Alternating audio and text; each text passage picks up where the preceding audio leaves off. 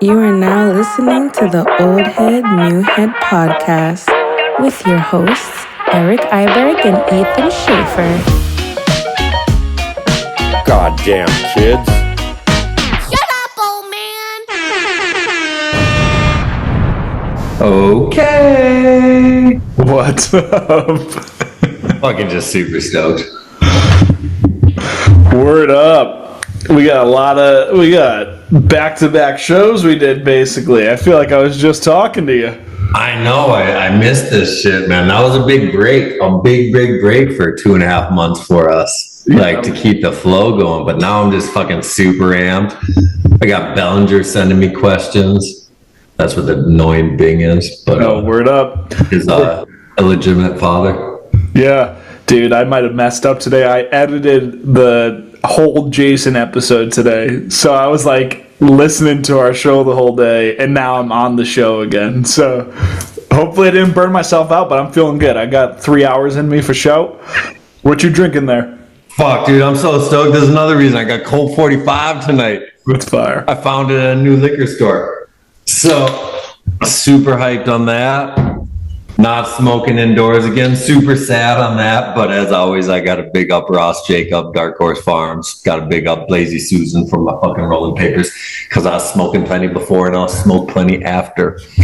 Yeah. That's what's up. Shout out to my folks at Rainier. I'm on the East Coast, so I gotta come up with a solution for that while I'm on the East Coast. I gotta talk to my girl out there, see if she could send something back east. Cause I'm thirsty. I'm just drinking water. Look at this. That's where you just got to go to the store and buy. Like, you don't think they even have a distributor out east? I would have to look. They're Pacific Northwest heavy. Yeah, I know. So we'll see. But they're great people, so they'll figure out a solution. I'm sure of it. Let's see what else we got. If you guys enjoy the show, subscribe, 5 stars, all those good analytics stuff, and then we got a bunch of stuff in the description. Hopefully. Oh man, we got the GoFundMe, man. So I didn't do this our last show. I didn't thank everyone because it was a while, and normally we used to check it all before each show. But like, big thanks for anyone who's given. I saw the last donation just put us over $1,800 by Big Sonic the motherfucking Hedgehog, aka Yannick B. Yep. So give thanks to Yannick, all you guys that have given any money to us. Like, every penny fucking helps. So give thanks. Appreciate it a lot. Yeah, that money's been helping out. And there's been some big names dropping some donations. But yeah, shout out Yannick, our most recent of the donations. Pretty sick. And then also in the link, check out, I don't know if we'll have it in the link, but check out B&E.store, BANDE.store. That's Phil and Henrik's, B-Dog and E-Dolo's web store selling their pro models. Hopefully by now, if I don't, it's crazy. Check out freeskiingmuseum.com. It's just a bunch of data I'm trying to put in one spot. That's pretty fun for me to gather. Yeah. It's going to be, I'm interested to see I don't even know what that page looks like yet, but I'm excited to see the museum. I'm excited to talk about it once I start diving through the archives, but it's going to be a weird gap when it goes live in hopefully September, and then now we're recording for a show for December and still haven't gotten to talk about And it's so wild to get all this info. Like, I'm on email, like 800 to get Free Skier mag covers. Yeah. I'm on like email, like 800 to get all the down days. But, I'm going to get all this fun stuff, Yeah. Hopefully get a bunch more stuff. Word. All right, so who we got today? Last show, we had on somebody that I brought to you, and you go, I don't know anything about this guy, but I trust you. Now we're doing the reverse. I don't know anything about this guy, but I trust you. Okay, so this is a new head. And this might be the most stoked guest. Like, for me, like, I'm the most stoked to have this kid on. It's Jakob Belanger from Quebec, from Le Relais, from Lac Beauport, Quebec. And I've known this kid since he was like 5 years old. And so to see like where he's come in the last 20 years, it's fucking nuts. Like, and then, like, for me too, just analyzing, he lived beside Phil Belanger the first time I met him when he was like 5 years old. Like, I started going to Quebec in the year 2000. So I've seen every generation of Quebecers. So he's this generation that is after like ABM and a meal, and then is right before Ed Joy. And so he has his own place in history in Quebec. And then he's a kid that was like, you're Quebec, so mostly you're urban and park. And then now that he's moved out west, like the shit he's doing and the way he's looking at the mountain, it's fucking epic. You know, and like if you like, even just talking with Tanner today, he's like, Jesus Christ, that kid's so fucking ill now. Like he still has the best whatever trick he had. Like I don't know the name. I'll bring it up with him when we talk. But like I don't know. He's recognized. People know him. You know, like the old heads know him. The new heads know him. Like, and he fucking knows his history because he was born and raised right beside Phil Belanger on a condo ski in, ski out of Le Relais in Quebec. Fire. So he is ski in, ski out, low dog, fucking hung out with the OGs since birth. And he's going to be a great conversation because I'm interested what his point of views are. That's pretty sick. We've never had like a true, like, I mean, we've had the OG Quebecois with Phil Belanger, but we haven't gotten really to talk, I guess, a little bit with Ed Joy, but about what it's like growing up there under, you know, this umbrella of all these legends and all this culture. So, because Ed Joy's in his own world. He totally is. And Jakob he is consumed in everything. Yeah. Like, dude, I had to explain to Ed Joy who Phil Belanger was, and he rode for D-Structure and didn't know. Okay? So now we have the polar opposite, who's almost the same age. I think Jakob's maybe 2 years older. We'll find out. But like, he knows everything, dude. Yeah. He knows everything from the birth of the whole fucking sport. When he was born, right? Because I think he's born in like 2000. So he knows every fact. Yeah. Not kids that were born in 2000 don't know every fact about the whole fucking sport. Yeah, that's pretty tight. So it will be interesting. Do you have his email? Yep, I'll fire that off to him right now. That'll be good. I like that shirt that you put out, the Quebec Legends shirt. Yeah. I just got a bunch of photos. I was like, dude, they got so many fucking people there. Who made that? Did you make that? Yeah. Well, no. So what I did is I got all the photos, whether it's off the internet or like Felix Rio out of Quebec.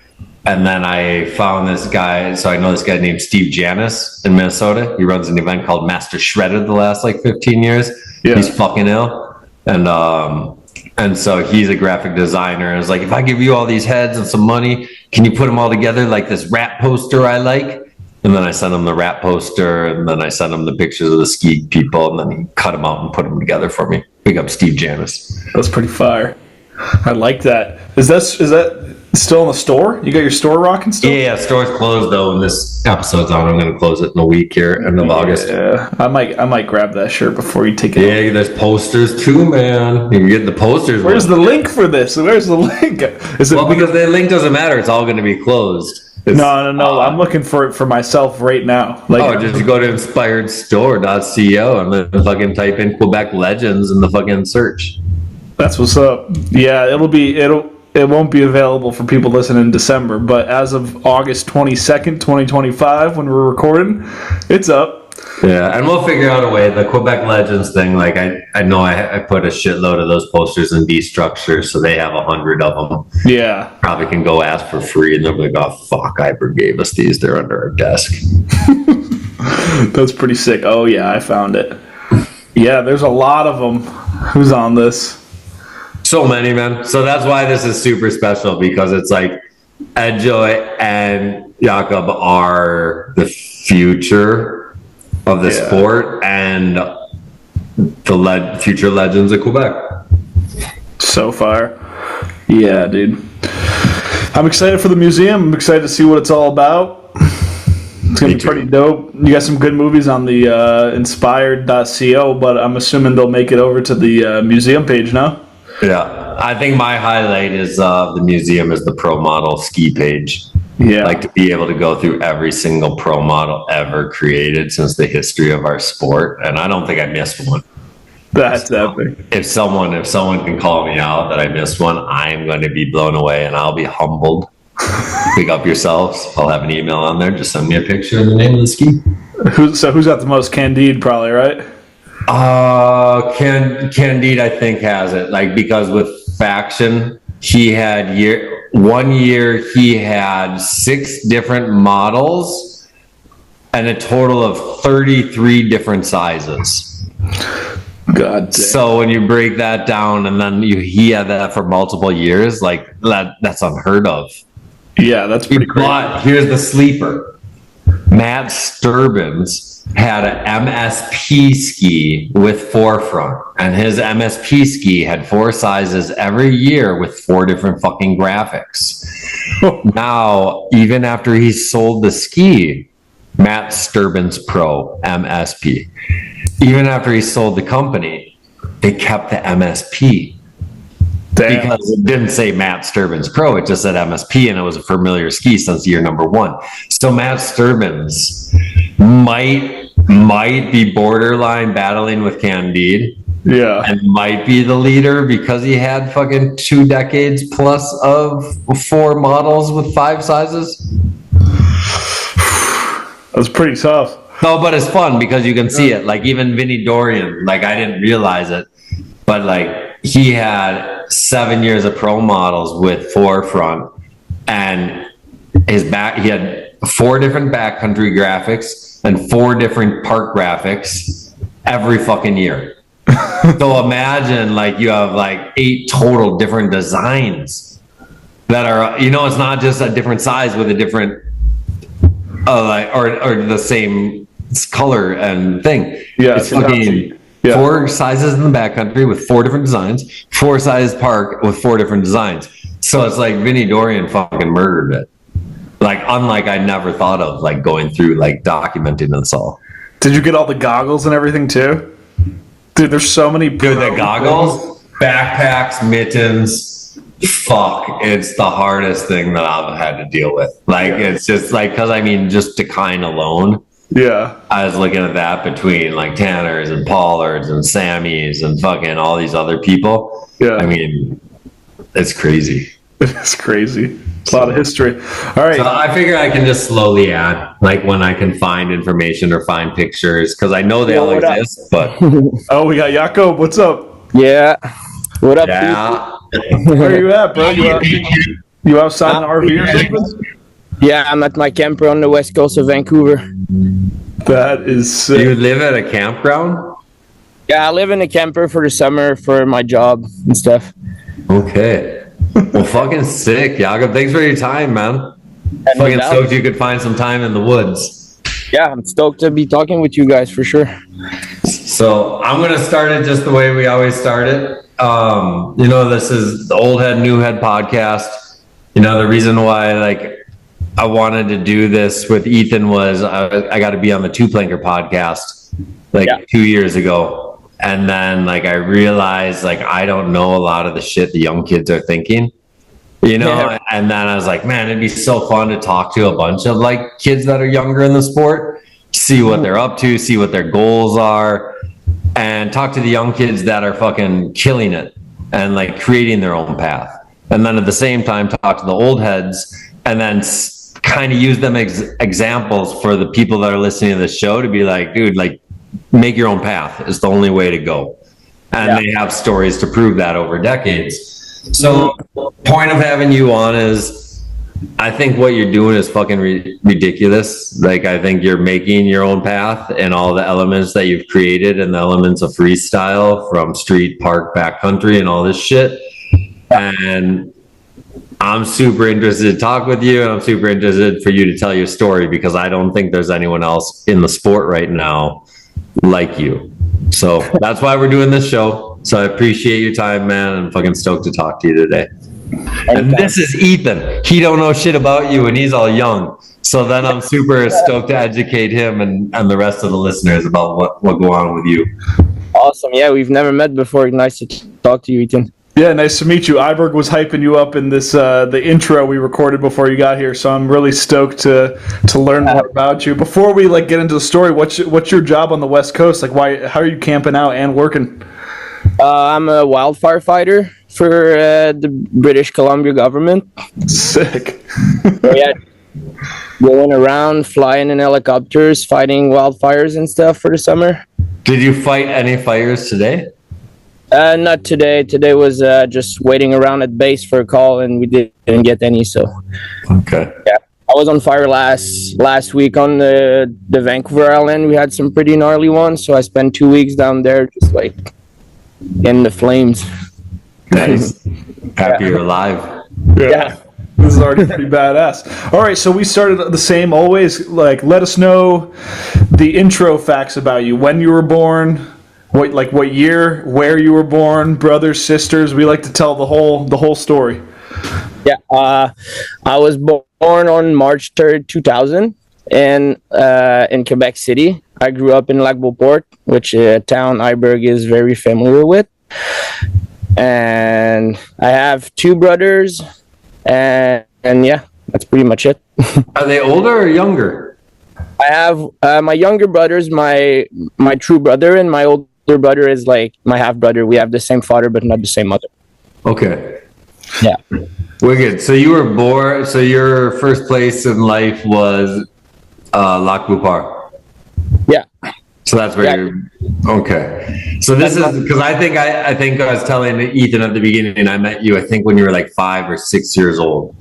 Like I think I might have been more around like 9 or something, but yeah, like. You think that late? Because I remember Phil Belanger got his condo, I think like 05 or 06.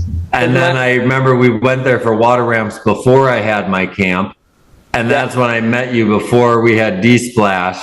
And D-Splash started in 2009, so you would have been 9. So I'm pretty sure I met you like at least 7 or 8 at the latest.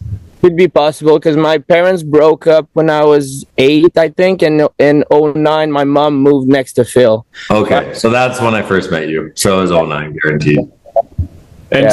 And just to confirm it, because you guys got the same last name and he's such a legend, no relation at all to Phil, correct? No relation, but he's the reason why I'm skiing today for sure. Like when my mom moved, Phil ended up being my neighbor, and I had no idea who he was, because I was like 9 years old, clueless about skiing and stuff. So like just moved next to the guy, and then he showed me like all the movies they've been doing with Playhouse back in the days and stuff like that. So like, so how does that even work? I was so curious, because I got to meet you that year, and then like you had a single mom. And then it's like you, and then you're this little guy, and then we'd see you when we come in and out of the condo all the time. Yeah. And so like, how do you even meet him? How do you meet Phil Bell, your neighbor? And then how do you like even talk about skiing or go into that at such a young age? Well, did you ski at all before you met him? Yeah, I wasn't into park skiing at all. I was still like in the race club at Lorelei and stuff. But I remember how I met Phil was Fred Lavoie, like Gummy Bear. Yeah, big up Gummy Bear. Our mothers are like best friends. And Fred came over to my place when I was like 9 or 10, and he was like, "No way, like your neighbor's Phil," like, because he saw like the whole destructured Jeep. Remember that Jeep? Yep. Like, "No way, your neighbor's Phil." I was like, "Who's that? What's destructure?" And yeah, I guess after that, like I got into park skiing when I was like 10 or something, and then like Phil just like showed me everything. He was building me like rails in the backyard to rollerblade in the summer and shit. No way. Yeah. Yeah, me and Phil would blade together in the front yard. So let's just go back a little bit quick. Like so you grew up in Lac-Beauport, and then you grew up skiing at Le Relais?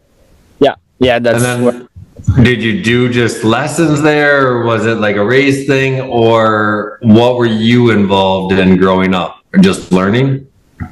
Yeah, I mean, my dad and my grandfather got me into skiing when I was 2 years old, and I think by 5 or something they put me in the race club, and I did race club from 5 to 11, and already at like 10, 11, I was starting to do like 720s with my race skis and stuff. And I was like, I don't want to do racing anymore. And Jidezika opened up that park club in related to the mogul club over there, and my mom was like, okay, you could get into that, like that'd be sick.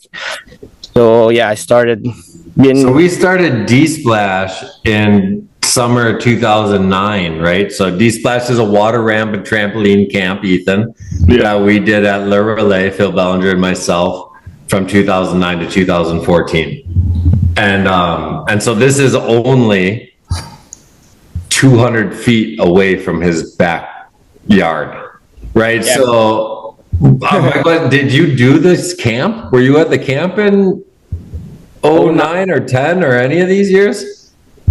I did D-Splash for like at least 4 years, 5 years. Okay.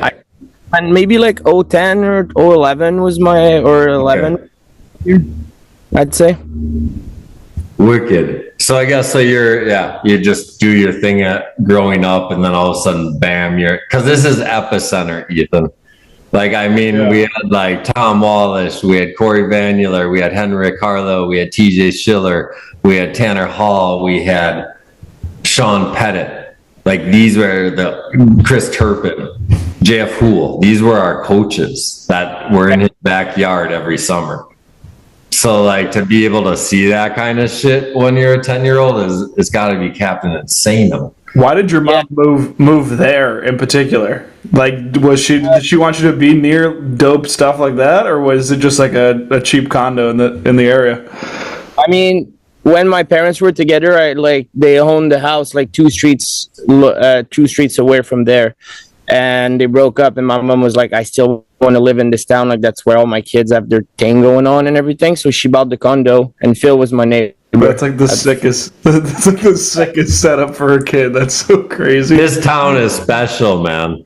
Like, it's so crazy special. Like, it's not normal. Like, you are 10 minutes away from downtown Quebec City, but you're in your own little village that doesn't even feel like you're in a suburb. You feel like you're in a village in the woods.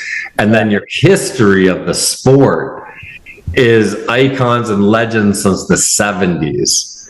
So then everyone knows everything about everything, and then everything is it's special. And every person in Quebec says that's a special place. Yeah, everyone knows, even outside of Quebec, people know about like Beauport. So dope. All right, so what was like when you're getting this education as a youth? What is Phil showing you? Is he just showing you, like, how does a kid in Quebec get initiated into all the knowledge? Because there's so much of it. Yeah, but I mean, like, first stuff, like I would see like B-Mill and those like older guys just skiing around, and I'd be like, oh, that's what I want to do. And then, Phil was my neighbor, and he gave me my first ski movie, which was Schematic, I believe. And after Schematic, he was like, watch this movie, and if you like it, I'll give you some more. And I was like, dude, that was like the sickest thing I've ever seen before. And then he gave me like all the rest. Like, then I royalty, exact science, and all that stuff. So this is a kid now that has Phil Belanger living beside him, educating him on a decade earlier of where the sport came from. But then at the same time, so you're 10, Emil's only like fucking 13. I have 14, I think we have 14. Yeah, but he's still smaller than him. Probably. So it's the whole vibe is so crazy because you have like the future, the past, and everyone as neighbors. Like Paul Bergeron and Emile Bergeron live only half a kilometer down the road. Yeah, literally like 4-minute walk to the Bergeron's place. Wild. Yeah, and then Phil LaRose grew up down like a kilometer down there, still lives. Phil Dion lives down the road. These are all in a small village. Yeah, and then if you go back even further, there's like all the La Roche for like aerials and stuff. Like, there's just so much going on over there. Yeah. And so when he starts putting you onto all these movies, are you starting to see local spots? Like when your mom's driving you around, you're like, oh, I've actually seen this spot from this movie. And like, I recognize this park from this movie. Yeah, for sure. That's wild. Just going around like the Montmorency Falls, you see like the Red Ledge and everything. And I was like, oh, no way. Like, I want to ski that one day. So how do you get involved? You have this awesome neighbor, but like, how do you actually start to participate in the sport at the beginning, other than just being beyond stoked? Like back then, I was just, I don't know, like I got my first sponsor when I was 14 or something. I was like just loving park skiing, doing all the local competitions and stuff. And Did you have a crew? yeah, back then, like, yeah, we had a little crew, some random homies from around, and we'd do like little park videos together and stuff. And later on, like friends. Who was your crew though? Name the people, because I'm interested. When I watch your YouTube today, I'm like, okay, 10 years ago, I get it.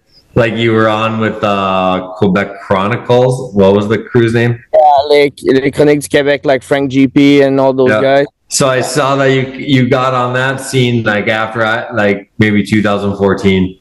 But like, Yeah, who was your crew when you first got into it? Like 2010 to 2014, who were you skiing with? Like some homies from school, some homies from like race skiing, and then like I skied with JP Brochu like a bunch, and just like, yeah, random homies that Okay. forever, but But once again, it's like wicked in his culture, Ethan. Like you have enough kids that do all this stuff for fun, where it's not a goal to compete. Because were you part? Phil didn't start his school program yet at that time, did he? by the time I got to high school, yeah, the program was started. So, and you got to do that during high school? Yeah, I did all my 5 years of high school with Phil. So Belanger like created a program where the kids at the local school get to go ski, but then they get to experience freestyle skiing or whatever you want to call it. And so it creates this vibe where everyone knows about it, everyone tries it, but not everyone gives it their all. But then you have 10 reasons why, if you do give it your all, you can be the best in the world. Yeah. Right. So it's like a crazy thing as a kid. Like I can't imagine. Yeah, it's like high school 15 minutes away from like Beauport, and like everyone went there. Like Paul was going to that school, Emile was going to that school, and all the homies. And yeah, I remember I was like second year of high school, so I would have been like 13 or 14 or something. And there's like, it's a ski program, pretty loose. So like there's people that are there that they want to ski, but some other people, they're just there to skip school. And we're like skiing, and there's this kid, like Phil is the coach, and there's this kid, he's like, who are you? Like, why are you telling us what to do? Whatever. No. I'm like, yo, wait a minute. Do you know who you talking to right now? That's research, brother, before you can diss the guy. Like, But that's why it's ill, because it's just the idea of like giving experience to people. And then some people will gravitate towards it, but others will just use it to not go to school. But still, I can't imagine if I got to grow up going to school and then all of a sudden they're like, go skiing like a couple times a week. Oh, and then your local freestyle or ski shop was like, let me teach you freestyle from the best guy in the world. So it's just like he did such a great job of introducing the sport to people in your community. And even if they don't give a fuck, because maybe that kid that was like, oh, fuck, this is whack. Maybe he has a kid today and he remembers that Phil Belanger, who owns D-Structure, was his teacher, coach, and then he buys his kid product from D-Structure. yeah, So absolutely. it's so crazy to watch what Belan has done in his whole career. Yeah, he's for the people, for sure. Yeah. And it's like, this is like the only description we've ever had of like we've talked to people that grew up in Park City, and there's none of this shit. But they have all the same, if not more, resources to get kids stoked on skiing. It seems like there's not a single other community that's tapping in the way that this one is. I'd say because like the U.S. scene is like so much bigger than the Canadian scene. So I'd say like in Quebec, especially, like everyone is so much tighter together. You know? Yeah, true. Yeah, it is a smaller community. Yeah, way smaller. And they speak the same language, so they already want to love each other just because They're different. Yeah. Wow. Okay, so what was like the first breakthrough then? Because you mentioned that you started to get some eyes on you. How did that first come about? Just always been because of my style, I'd say. Just like going to comps, I was never doing the biggest trick. I got a couple podium like at local comps and stuff, but I was always more into like filming and stuff. And with the Chronique du Québec, we like Frank got me in, and then we started filming like street projects together. And like with Ski de East, got a big breakout with them. Like they were bringing us on like shoots in the States and stuff and everything. You did that. What age did you link up with Ski de East? First time was 2016, so I was 16. Because that was wicked. Like it's almost like spot checks that they do, Ethan.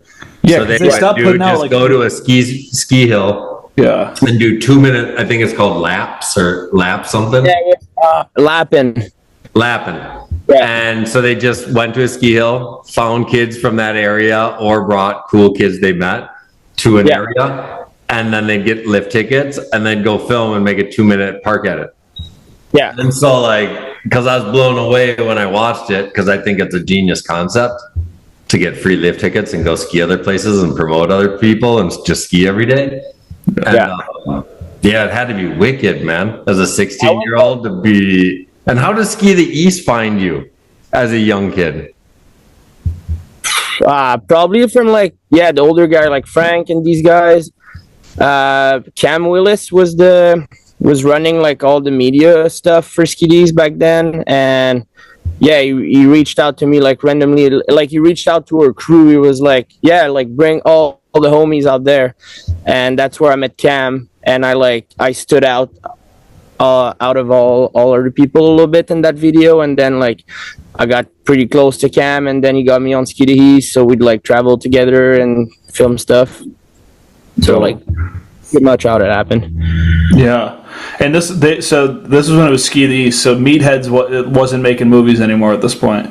No, I Meathead was long gone. I think at this point, like at least 5 years gone. Yeah. I'd say. Okay, so I was born in '98, and I never had any aspirations of being a professional skier. So I was never like aligning myself with goals in that way. But like, what goal could you even strive for? Because at that point, like, they stopped making ski movies really, like, or like everyone's generally stopped making annual films like around like the 2010s. So like, what were you even aiming for growing up? Honestly, like from 16 to 20, 21 or 22, I was just like, I'm a ski bum. I'm just gonna ski and see where it leads me, you know? Yeah.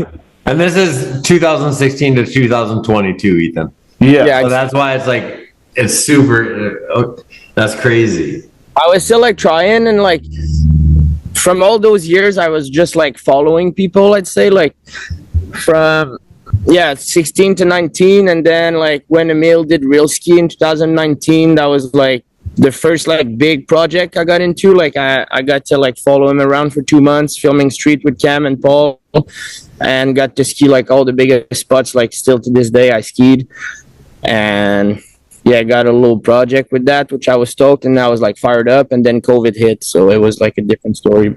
Yeah, because I would 14 to 20, like you got your first ski. Who was your first sponsor? My first sponsor was Orage, who was Hugo Bertrand was the rep. Okay. Got me on Orage, and then I got the year after K2. GSL was the rep for K2, and he got me on. Rode for K2 for like 7 years from that point. Okay, so at this time you really, because I mean, like, you never thought of like, I want to win X Games? Never. Okay. And you never thought like, I want to film, because you saw a million segments as the beginning of our sport. You were never like, yo, I want to go get the illest segment. Because like, even at this time, when you're like 14, I'm like thinking about all the shit that comes out. That's Road to Zion. That's Keynote Skier as a Quebecer. Yeah, for sure. That was my goal, but I was like, it's so out of reach. Like, but I need to find a way to get there. And I was just like skiing for fun, like working park crew at Le Relais, and just like smoking weed, like not taking shit seriously so much. And at some point it just clicked, I guess. But what clicks? Like, you get like a dope shot, you get a dope segment, you get a dope win. What clicks?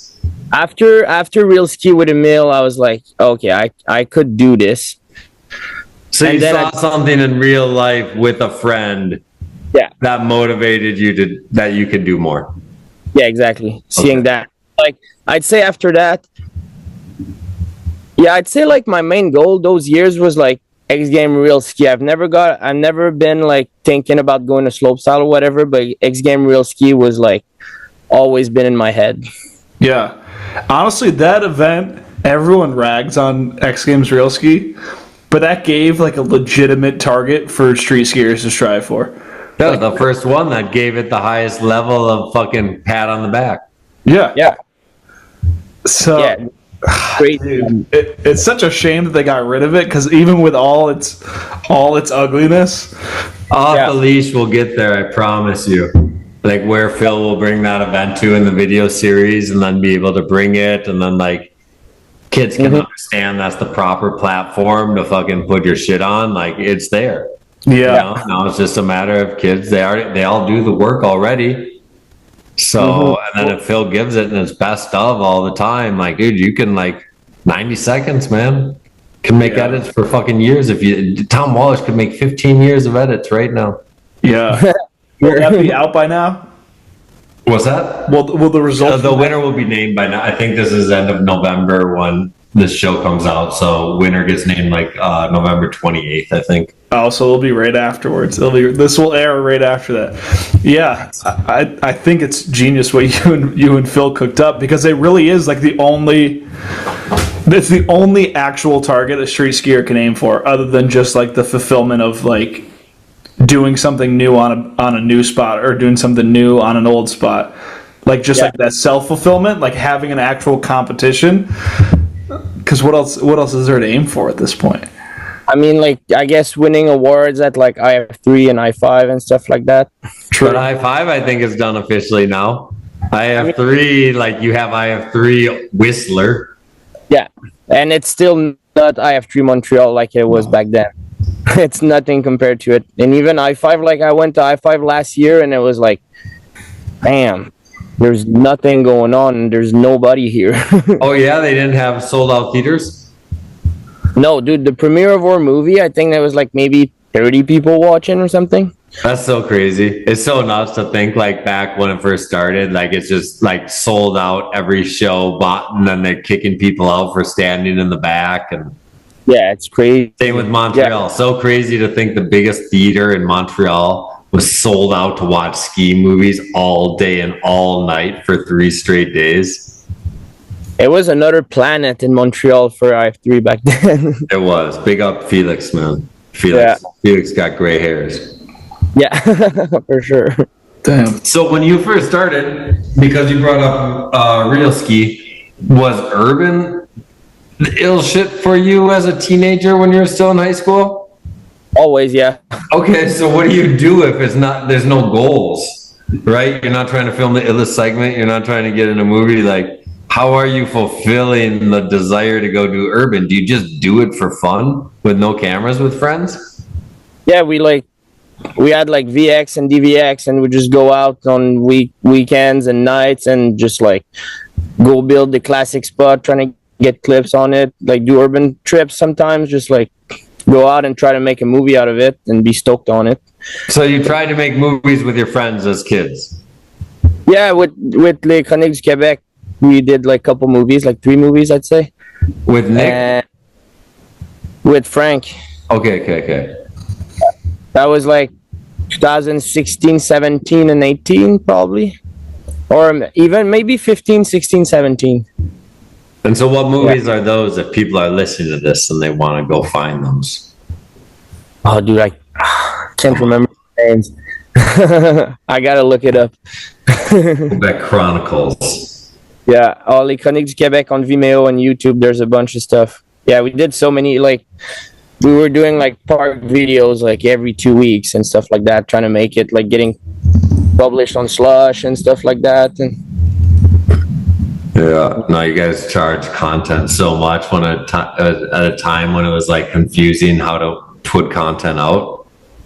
Yeah, it was because you were at like 2016, 17, like it was a weird space. Like if you're putting out shit, like where do you put it? because Facebook already lied to you with the fake numbers. So they pulled everyone away by 2015 from YouTube and Vimeos. And then all of a sudden Facebook wasn't automatic plays anymore in 2016 on story feeds. And so all of a sudden Facebook video player numbers died by like 1,000,000%. And then you didn't know where you put your shit. You put it on in 2017. You put it on Newschooler, it gets like 2,000 views. 4 years earlier, it would get 40,000. Yeah. So it's wild time to figure it out, especially for like you guys if that's all you're fucking doing is edits, because edits had no place in 2017 for high quantity of them. No, because it was like the beginning of like the Instagram era, and people were just trying to look at like 5 seconds and 30 seconds max videos, you know? Yeah. You're still trying. Like, it didn't blow up like crazy. Like, people and locally were hyped on it, and like the real knows, you know, but like it didn't blow up like crazy for sure. So when you're doing all this shit, what, like every year, did you ever get injured? Never. I broke my thumb in 2019, and that's it. So when you have fun years, I mean, I get it from like 14 to 17, you don't really need goals yet, especially if you're not the contest realm, because every time you go to an urban spot, it's an individual goal, right? Yeah. Like if you accomplish it and walk home, you're pretty fucking stoked. Yeah. You know, and so it's like you have all these little goals in urban that can be successful, but like you have to when you go into the summer or spring, like, are you ever thinking as a kid, like, what do I want to do? Or is it still just hobbyish your whole fucking growing up time? No, it was like I wanted to do something for sure, and I think like at 17 I was like, okay, like I could try harder, and I've been like filming with Cam Willis at this point for a couple years, and Cam was like, okay, let's do something. And I think like my first big project was 2018. Cam was he got me like a web series with Good Company.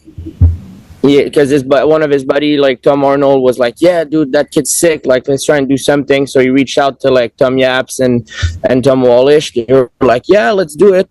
So I managed to get like a 4-episode web series with Good Company in 2018. So does that mean they put it out under their YouTube channel? Yeah, it's all on YouTube as working title. Yeah. And yeah, we did like, that's where I broke my thumb. I didn't even have a driver's license back then. Like Cam and Tom pulled up to Quebec, living at my mom's place in the condos for like, they came for 2 weeks. First spot of the trip, I broke my thumb. Next day, go to the hospital, get a cast, and then they were like, so are we calling it? I was like, no, I want to keep going. So like did all the spots like windshield and stuff with a cast on. Managed to. And this is with Tom Wallish and. Tom wasn't there, but like Good Company was producing the web series. Yeah. No, it was just like me, Tom Arnold, and Cam Willis just going around Quebec filming street. Wicked. Is it good? Were you stoked on it? I was stoked. I could have done way better. Yeah, for sure. But yeah, I was stoked on it. And then, yeah, we filmed another episode like in Pennsylvania at Big Boulder, just like skiing park, which was okay. Like the park they were just down to hook it up. So we went there. And yeah, we filmed that episode. Then next episode, we went to Utah for a month. And that's where I was like, oh man, I love filming backcountry actually. So yeah, that actually. So how old are you at this point? 18. And who pays for all this? Me. Oh yeah, to go everywhere. Like, so it's just like you, like, hey, I'm gonna go ski. I can take care of myself. Camera guy can take care of himself. Yeah, dude, I'm so fortunate for Cam. He like did the whole, like pretty much the whole thing for free. I mean, like Epic Pass gave us like a little bit of money for shoots and stuff, and Phil with the structure gave us like a couple grand. Everything went to Cam, and like all my traveling and stuff I paid for and everything. Wicked. Just working in the summer, and yeah, like went to Utah for a month, and then like got to see like Chad's Gap and all the classic stuff, and I was like, oh man, there's so much going on here, like outside of the street of Quebec, you know. Did you hit it? No, I skied underneath, and I was like, I'll never do that. I'm kind of thinking about it. Would you now? Oh yeah. That's a big claim right there. Like, I wouldn't do it if I could. I would hit it, but I don't think I could do something better that has not been done before, you know. So Yeah. there's no point in going into a jump that big to do something that has been done before. Yeah. This kind of reminds me of like Ryan Stevenson's story. Like this period of time, like 2016, like everything after the Olympics, but before COVID, was such a weird time for skiing. It was all like all the traditional shit was completely broken up. Now everybody like that's a teenager during this time is having to fully fund everything themselves. It was such like just a confusing time for skiing.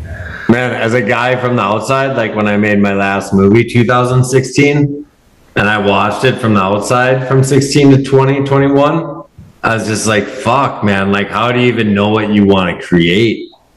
Like, you didn't know what you want to be. Like, I wouldn't know what I would have made, right? Because webisodes weren't that cool. Like, and I made a shitload of webisodes with Inspired TV. Like, contests, kids, like that's what everyone was stoked on, but they were getting paid less than all my friends that fucking did their own shit for the previous decade.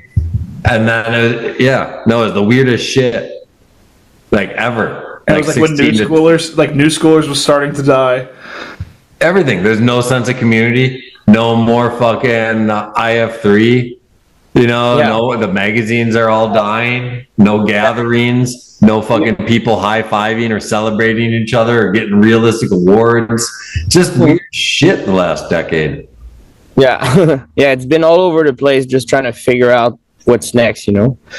Yeah. But I do feel like skiing's hit its stride again. Like I feel like those were like for sure the dark ages of like no one knew what the fuck was going on. There was nothing really big going on at all.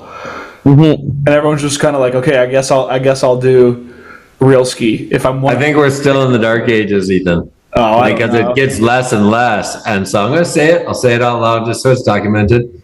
Everything. Think of our sport as 1998. It started.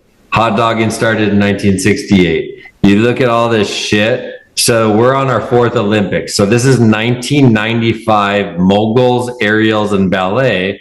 But this is 2025 half pipe, slopestyle, and big air. Shit is whack. Okay? Yeah. It's whack. We just learned it last week with the judge. Yeah. Okay? Like it's whack. It's run by AI.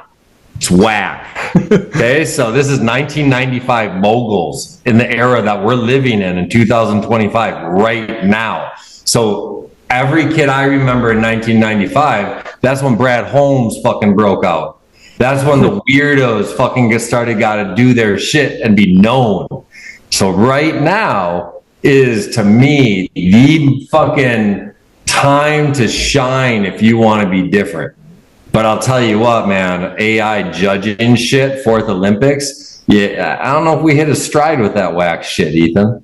Yeah, well, I don't I think that competitions are completely off the reservation anyways. Like competitions have been going in the wrong direction for a while. I do think that I'm glad that Jason's in there trying to keep things contained.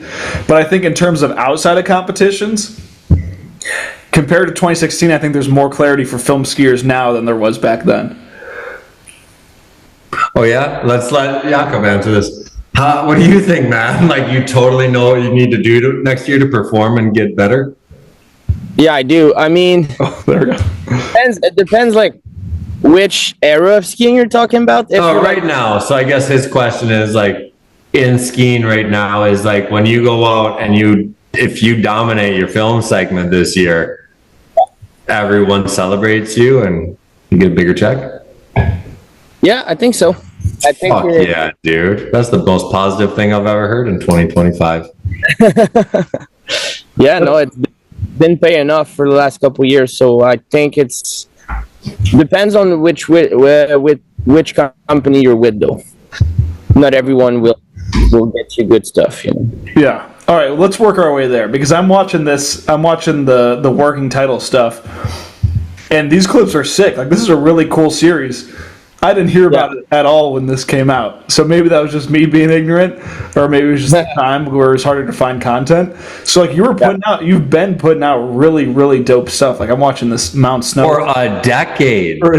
Check out Ski the East. That's why I'm saying this guy's so ill. Yeah, because we have a guy who puts it in, and as he just said, he's a ski bum from 2016 to 2022 just to better his craft. Yeah, but I'm not sure edits on YouTube were hitting, and like I don't know, like I really do think that it was just time where the ski community was completely dispersed and it was hard to like have centralized recognition anywhere, you know. So like that series like didn't really blew up. Like some episode did a little bit, but if we put out that series like 5 years prior to that, it would have like got way more recognition for sure, I believe. Well, you would have gotten all your props on Newschoolers, but then when Newschoolers is dead and Instagram isn't even like a big thing yet, where does everyone go to celebrate you? Like, are they going to comment on a YouTube channel?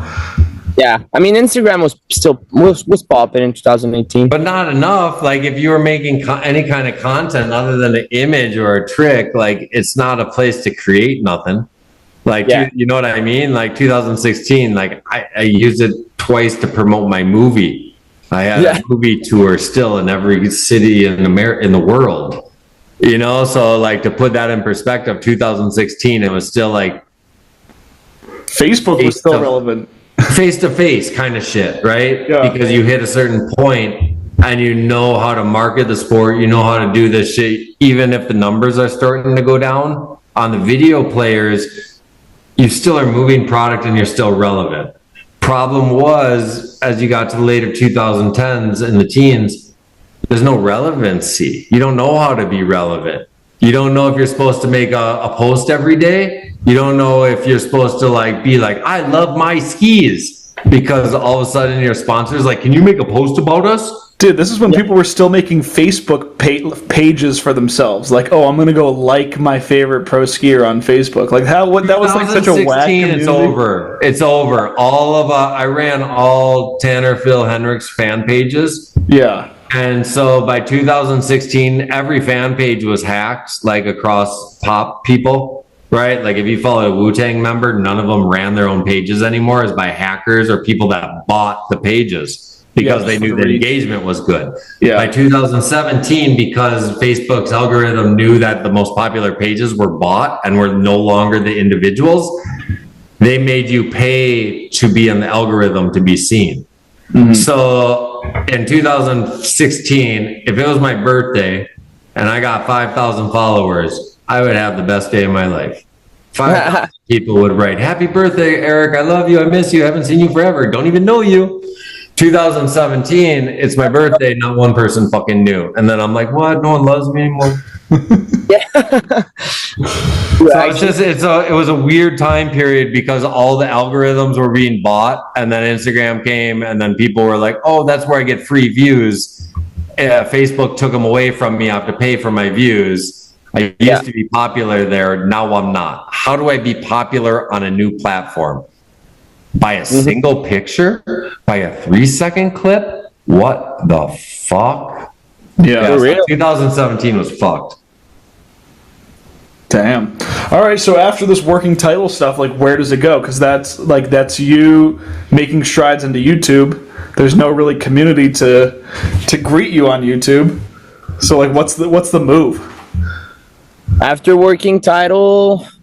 Yeah, because you're like fucking 18 now. You graduated from high school, right? Yeah, that was like a year after high school or two, maybe. Yeah, probably the year after, I'd say. So you're just a weed head ski bum. Pretty much. Okay. Pretty much. And then, yeah, the year after was the year we did Real Ski with Emil. And got stoked on that. Then I got a little... K2 was giving me a little bit of budget. We had this like parks. I got like a custom park built that the relay all shaped up, got filmers go there. And that same day, COVID hit. Oh, man. That's where we like filmed Real Ski. Then Emil got second. We're like on top of the world. That was fucking awesome. I felt like I won real ski as well because we like spent 2 months together just doing everything. And yeah, I remember me and B-Mill were just like skiing Lorilla, lapping park, and then he gets a FaceTime call by JFO, who was a judge that year, and he's like, "Dude, I'm not supposed to tell you, but you fucking got second." And me, like that's still gonna be my best day on skis ever. Dude, that's so sick. And like Ethan, to put this in perspective, that's Emil, who's a little like a year older. His brother B. Paul, who are neighbors in the same town, like that you grow up with, and then like your neighbors get as a filmer and a skier fucking silver medals from filming urban. Like it's just wicked. Yeah, that was awesome. And then like I was fired up to do more stuff, and then COVID hit. We were about to film that project. Like Cam flew to Quebec, he flew in. We barely made it to the resort, and then he got a call. He's like, "Dude, I have to go back right now, otherwise I'll be stuck in Canada. I have to go back to the States." I'm like, "No way, dude, this is really happening." Yeah. Dude, I was just graduating college. COVID hit at a really fundamental time for people. Word up. Let's talk COVID with a youth right now. Let's just hand Dude, what is COVID like to you? Because as an older person, I have a lot of opinions, but like, did it even matter? Like when it hit to you as a kid? Or is it just something that you're like, whew, that sucked? Dude, it hit at the most fundamental transformation point in my life and his life. It's when you're entering the adult world. And it's like, okay, world, I'm ready to attack. I'm ready to see what I'm made of. Yeah, the world was no longer what you guys thought you were going to go into. Yeah, and then it just shuts down the second you're ready to give it a shot. Like, the second you get anything cooking, it shut down. At least that's how it felt for me. Yeah, it felt like that for me, too. Like, I had, like, the first grant given to me by a company, and I was like, oh, fuck yeah, like, I can do a project and everything. And then, like, COVID hit, that blew down, and then we're like, what's going to happen? I was like, I didn't think any further. I was just like, COVID hit, we're locked down, we can't do anything. I'd just go in the wood and build jumps by myself and just ski all spring as much as I could. And then I decided to go tree planting because I was in the bush and there was like no rules in the bush, you know. So tree planting was still a legal job to get summer of COVID. Yeah, because we're like so far away from communities and stuff that we had a lot of like stupid rules to follow at the beginning, and then like it slowly just we stopped giving a fuck about the rules and just spend the whole summer. And where did you do that? Northern Quebec, like just like from like up north from Shawi, from where Phil is. Crazy. Like every Quebecer I knew that was a tree planter was always in like northern Alberta. Yeah. Or in BC. I never heard of tree planters that got to stay in Quebec. Yeah, I planted in Quebec for 5 years. And is it the same deal? Like you get same kind of payment as the guys that plant trees out west? It's a lot different, but yeah, similar payment. Wicked. Yeah. You got friends that tree plant, Ethan? I do, actually. My buddy from Thunder Bay, shout out Steven Siska, he told me all about that. You got that motion down, right? Because you get paid by the tree, so you got that consistent step grab plant type of vibe. That gave me like for sure like a lot of work ethic and stuff, because you're like, if you're slacking, you're not making money. So we're trying to plant like 4,000 trees a day, you know? So you have to like hustle. How much money do you get per tree? When I started, it was 11 cents per trees. So were you all stoked when you do it? Do you like count? And you're like every 10 trees, you're like $1. I mean, yeah, we're like counting like the bag ups, and we're like, okay, I planted 100 trees at like that, and like, okay, I'm at like $200 now, and like by the end of the day, like if you plant 4,000, I'd make like 600, 700 at the end of the day. You've made $700 in a day? Yeah, the max I did was like 1,300 in one day. Oh my God. But aren't you just cooked by the end of the day, like sore and tired? Totally roasted. But you made $1,300 in one day. Yeah, it's worth it. And then you work 4 months a year, and then you get EI, and then you're just living. Yeah, sure. That's a good gig. Damn. Yeah. So did all your ski aspirations just take a back seat during COVID? Because I know like a lot of people like I mean this podcast was born during COVID. Like a lot of people took that opportunity to try out something new. So you said you were building jumps. Like were you experimenting at all with your skiing or like any creative stuff? Nah, not really. Like after, that was like first year of COVID. I went planting, and then for the second winter of COVID, I was like, I bought a camper, and I've like never been out west into Canada, and I was like, with my ex-girlfriend at the time, we're like, let's go to BC for the winter, because like living in a camper, there's not much rule. Like you're pretty much by yourself, and you. So I have a question, quick. Like, do you know where you can park your camper as a Canadian if you go to BC? Not really. Like we would just park in like the ski resort parking lot or like random forest roads. That's legal. Yeah, it's legal. Okay, wicked. I mean, like, yeah, it's legal. Pretty much everywhere, it's like borderline legal. But if you're wise with it, you don't get bothered. Okay, because in America, you're just hoping for a Walmart. Yeah, There's so much Bureau of Land Management stuff, all the BLM land.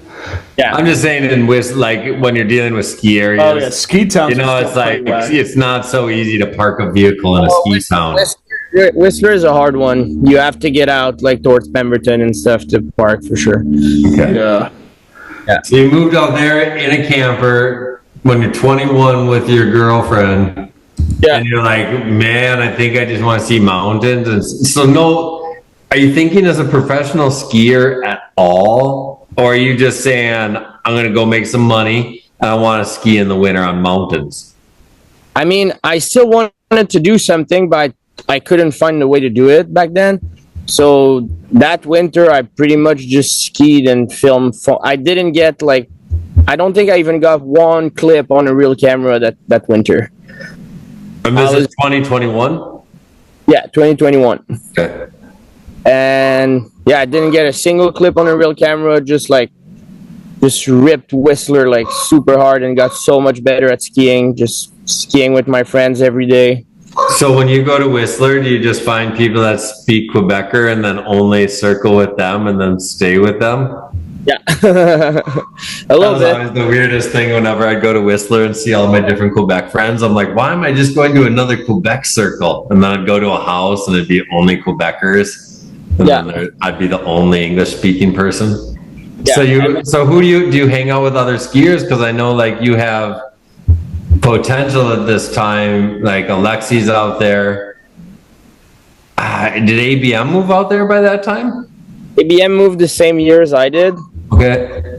But ABM, he got on with Blank, with Alexi and stuff that year.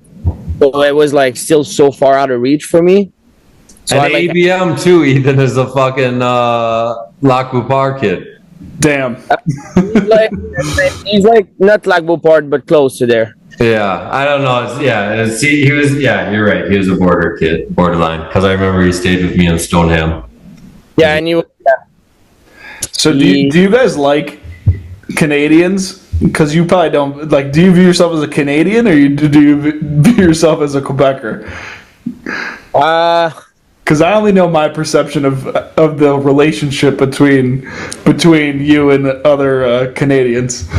I see myself as a Quebecer for sure, and we're so easy to identify with our accent and stuff, Yeah. Yeah, wherever we go, you don't even have to talk to say where you're from or whatever. He's like, I know where you're from. Don't even tell me.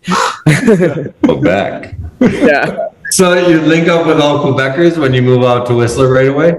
Yeah, I knew a couple guys that I met through competing in Quebec back in the days that were in Whistler, like Luca Natal and those guys, and just reached out to them and started just skiing POW every day in Whistler.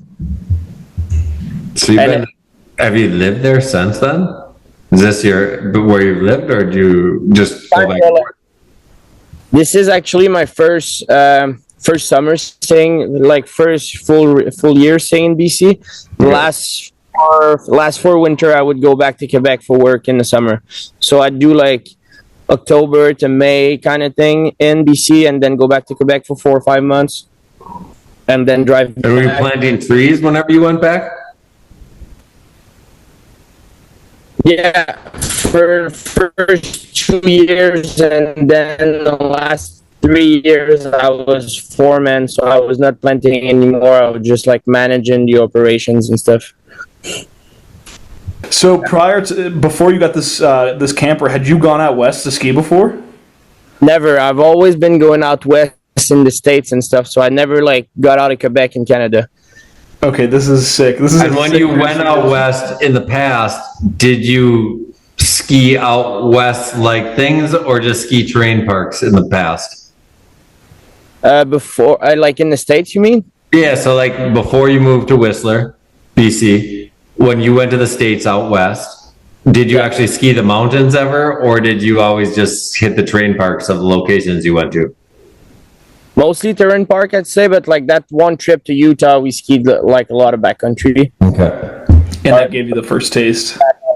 Yeah, exactly. And then we're just like, go out to Mammoth and ski park, and just go out to Colorado and stuff. Sick. So when you're out in BC, are you seeing like, okay, there's like a whole different angle of skiing that I could take and I could do something with? Like, is the wheels start turning like that? It did, like, because prior to that, I was like probably the biggest fan of the big picture, like what CeeLo and Parker White were doing. And I was like, I want to buy a snowmobile. But then it's like, man, they're so expensive. So I was like, okay, I'll figure it out in a couple years eventually. So like, I was like, I'll keep coming back to Whistler and see where it leads to eventually. Tight. So first winter in Whistler, just skied, POW and park every day. Second year, same thing. Didn't film a single clip. So you were able to survive and just be a skier off planting trees. And then those 2 years just kind of go live the life as a skier with no ambition or goals. Well, he was in the process of reinventing himself. Like, no, I totally get it, but I'm just saying, like, he comes from a point where people gave him free products and skis. Yeah, you know. So K2 was still giving me skis. Like the first year, K2 gave me like a bunch of skis and boots and everything, and planks was helping me as well, which was great. And the second year, K2 like, they had like a rough year, whatever. I didn't get any skis. I skied the last POW ski they sent me the year before, all year in the park and POW with pin bindings on them. So I was like skiing park for a full year on 112s with pin bindings. That's crazy. That kind of sucked. Okay, sick. So they're still supporting you, even though like they discovered you as a street skier, and now you're just all mountain backcountry POW skier. Yeah, I mean, at this, I was like just a ski bum at this for those. So as a ski bum, how do you stay in touch with sponsors? So you're the first like ski bum that I've got to interview ever. And so, like, I'm curious, like, you're like, yo, I'm just fucking, they're like, what are you going to do this year, Jakob? Kill it.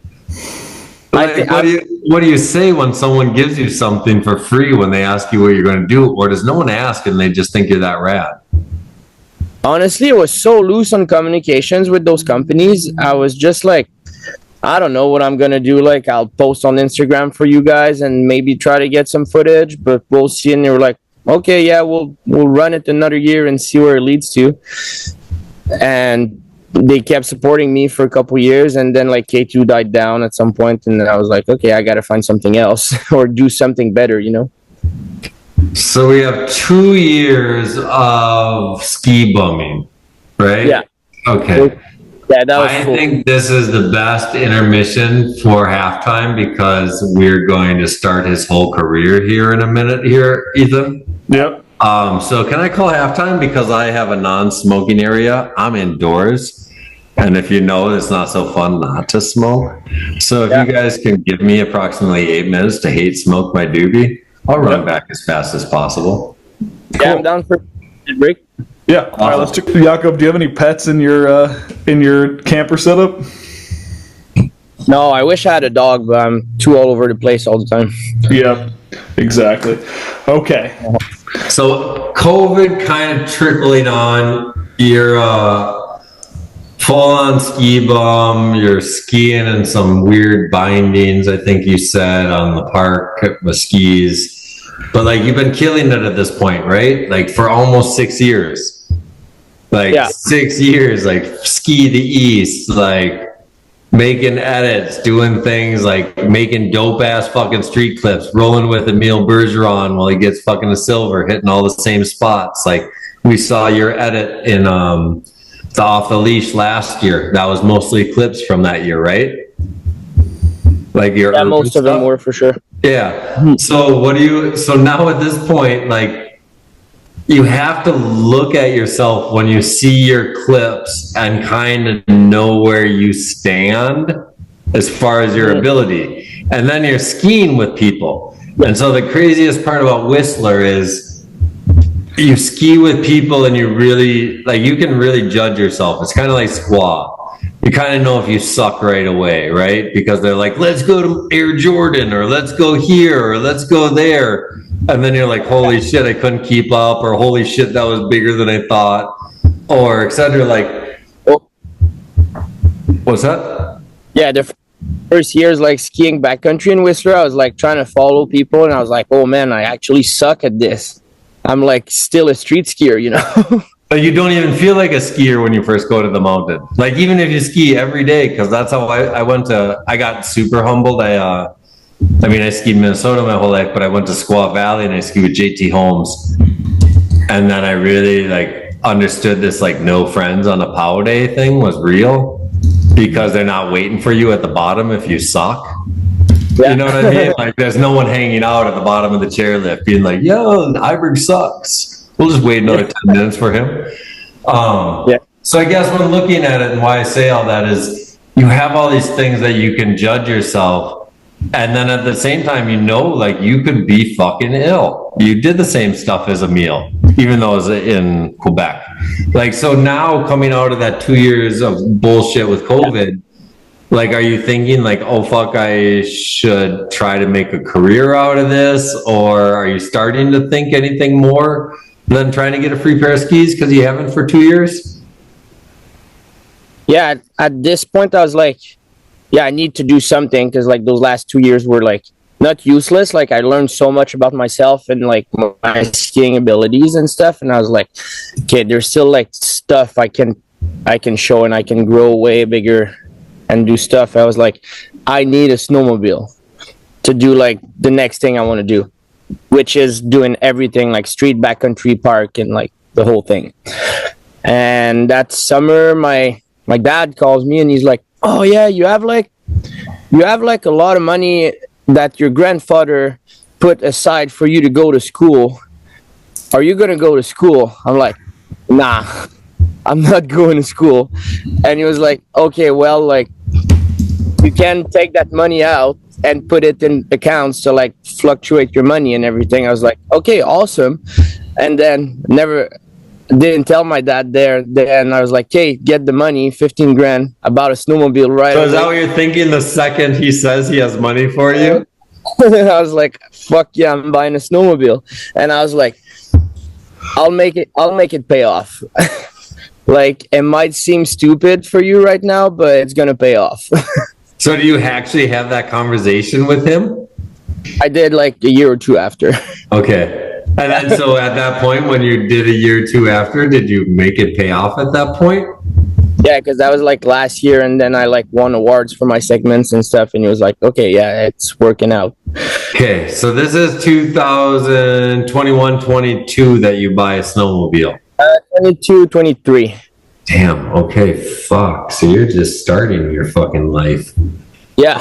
So that's why I like say this is the newest head possible, man, even though he's like an old head. It's fucking weird as shit. So just like the last 2 years, you thought like, hey, I should maybe be a skier. Because you weren't thinking it before when Ski the East filmed with you. You didn't have goals. Not that much. Like I was just going with the flow. Yeah, like it's crazy to me because you did so many years where you didn't want to win an X Games gold, or you didn't want to have a closing segment in a movie, or film the best segment edit ever. Like that's so wild to me because like you are so awesome. And it's like to have it that long where, because I think it's super important if kids are listening to this and they make it and they listen to this whole thing, like you don't really need to know right away. You know, the only thing you need to do is ski every day. And so that's what I've known about you your whole life is you just skied every day. But you've been relevant since you were 9 years old to me. So why? Because you skied every day. It wasn't because it's like, oh, did you hear what he did? We just knew you skied every day. Like even Gummy Bear blew up before you. Oh yeah, for sure. That's crazy to me. You know, like if we're talking and thinking about like him jumping on the tramp and then thinking about where he made it in his career or his life in skiing and where you're at, like it's pretty wild, man. Because you had so many people that wanted to be things and wanted to do things, but then at the same time, you didn't, like, I'm guessing everyone beside you had goals. Probably, yeah. I was just like, I loved skiing and I knew I wanted to ski and I was going to ski anyway. Like, even your film crew, like, they wanted to make ill-ass movies. Yeah. And you know what I mean? Like, everyone had goals that you were surrounded by your whole youth. And they're like, I'm putting out this then deer. I'm putting out this ski to east edit on this date. So you were surrounded by humans your whole like youth that said, I have goals. You watch them execute their goal on a date. And then you still, for some reason, just skied every day. That's why I find you so interesting, because it's like the whole thing is, the only thing I teach people is like the biggest thing in life. What's the biggest goal when you go out and ski? Go out and get shots. The only goal in life is to be able to ski tomorrow. Yeah. Right? That's it. So if I'm like with Tanner and he doesn't get a shot growing up or something, he's like, this is the worst fucking day ever. I'm like, yeah, but we skiing tomorrow, dog? And he's like, fuck yeah. I'm like, well, best day ever then, motherfucker. Yeah. And so it's funny because you're the embodiment, whatever the word is, of this whole idea where like you're just looking to ski until an opportunity comes about rather than create it. So big up yourself on that. It's fun to think about. I don't think I've met someone like that. Yeah, I did. My mentality definitely changed since then. But yeah, I was like that for sure for a while. So you get a snowmobile, and now this is big, right? So in your head, you're telling your dad, like, I'm going to make it pay. I'm going to make it worth. Well, how? What are you gonna do with your snowmobile that's gonna make it worth it? And I was like, I don't know. I'm gonna figure it out at some point. And that fall, Joey Kraft, like a guy like from Ontario that moved to Whistler like a couple years before that. He's like filmmaker and like trying to be a filmmaker and everything. And he calls me. He's like, "Yo, I'm trying to do a movie this year. You want to be part of it?" I was like, let's go. That's all I've been waiting for. And I was like, yeah, I just bought a sled. He's like, oh, fuck yeah, me too. So we're like, okay, dude, we're making a movie with like. So what is this movie? Is it just you? Like, does he have a crew? Does he have a theme? Like, what does he come to you with? That was Water the Plants. That movie, like Joey Kraft, Water the Plants. Okay, I don't know, but. Yeah, you should check it out. And it was me, Luca Natal, Will Fossum, Chandra, Kyle Coxworth, like all people from like Quebec and Ontario that moved to Whistler. We like all linked up together, and we're like all pretty ill skiers. So we're like, hey, let's do a movie about a snowmobile.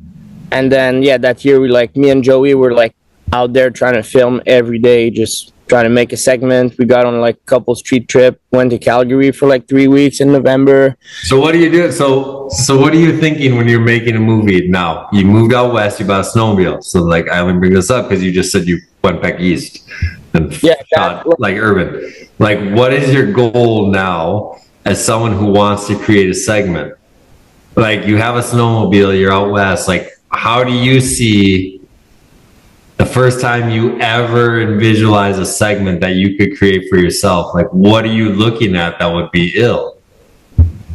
I wanted to showcase like every aspect of skiing that I could do, like my new love for backcountry and like what I can do in the street. And I was like, this is gonna be the year I'm gonna win like amateur ski of the year at IF3. You said this. Yeah, in early season, my main goal for that year was like I'm gonna win amateur skier of the year at IF3, which I did that year. So like that paid off. I was stoked. Like I managed to film like not as good segment as I filmed with Emil, because like Would you say that was your first goal in skiing? Maybe, yeah. Big up yourself for accomplishing your first goal, man. Yeah. For sure. And yeah, that year was awesome. Like just came out of nowhere, like about a snowmobile, and then Joey was like, yeah, let's make a movie. I'm like, perfect, we're doing it. And then just managed to, I got like, my segment was, the movie was like 20 minutes and I got a 7-minute segment in that movie. Sick. Yeah. Yeah, it was awesome. What you got, Ethan? No, it's just so dope. It's just another instance of people seeing success after they reinvent themselves. Yeah, or just take the time to find themselves, right? Yeah, that's really the what biggest conversation I have every day with all my friends, whether it's with Mikael or Tanner, it's like we're all still searching ourselves, you know, but like one of the biggest reasons why we are who we are is because we're confident in who we are at that moment. Mm-hmm. But at the same time, like everyone's on the search. So it's super fun to hear this story because it's not someone that over believed in himself and was like, I'm going to be the illest. I'm going to win an X Games gold. I'm going to do that. I'm going to make the best ski movie ever. Yeah. This is what me and my friends think, you know? So like when you get to watch people just grow and be comfortable with it because they don't want to be Simon or Tanner or Candide or anyone. Mm-hmm. Like that's what I think is going to save our whole sport, right? Because you should never want to be like anyone except yourself. And then if you're the best yourself that you are, well, shit, no one's ever seen an individual like that in their life. So that's why I think your story is dope, because I've never heard this in skiing. You know, like even Ed Joy, like he's out killing it, but he's kind of hiding it and keeping it quiet. Where you're like, all right, I don't know what I'm doing, but fucking here it is. Yeah. You know, so I get to watch these totally polar opposite. And you guys are almost like the same people. I mean, I think he's 23 and you're what, 25, 26? Yeah, Eddie's like 2 years younger than me or something. Yeah, so it's like, to me, you're the same generation, but you're like, you two are the future, you know, because you're so much not wanting to be like the past. Yeah. And that's not whether it's by choice or whether by accident or whatever, but like, I don't know. That's why I'm so excited, Ethan, to have him and had Edjoy on it, because it's just like when I see these two guys, I'm just like, man, they don't necessarily know what they want, but they put 100% into what they love. Mm-hmm. So that's my tangent hearing your story to this point. So you fucking go hit, you do this, you set the goal of you wanting to be the amateur ski of the year at IF3. You fucking accomplish your goal. So this is your first year like backcountry with a snowmobile. Uh-huh. I don't know. I guess I hated a snowmobile. When I made my first movie with a snowmobile, like I get it. Maybe if you're an action sports star, like maybe that's a fun thrill. But like getting into snowmobile life, it's another sport. Oh, dude. Right? And then not only do you have to be doing another sport, but then you have to become a mechanic.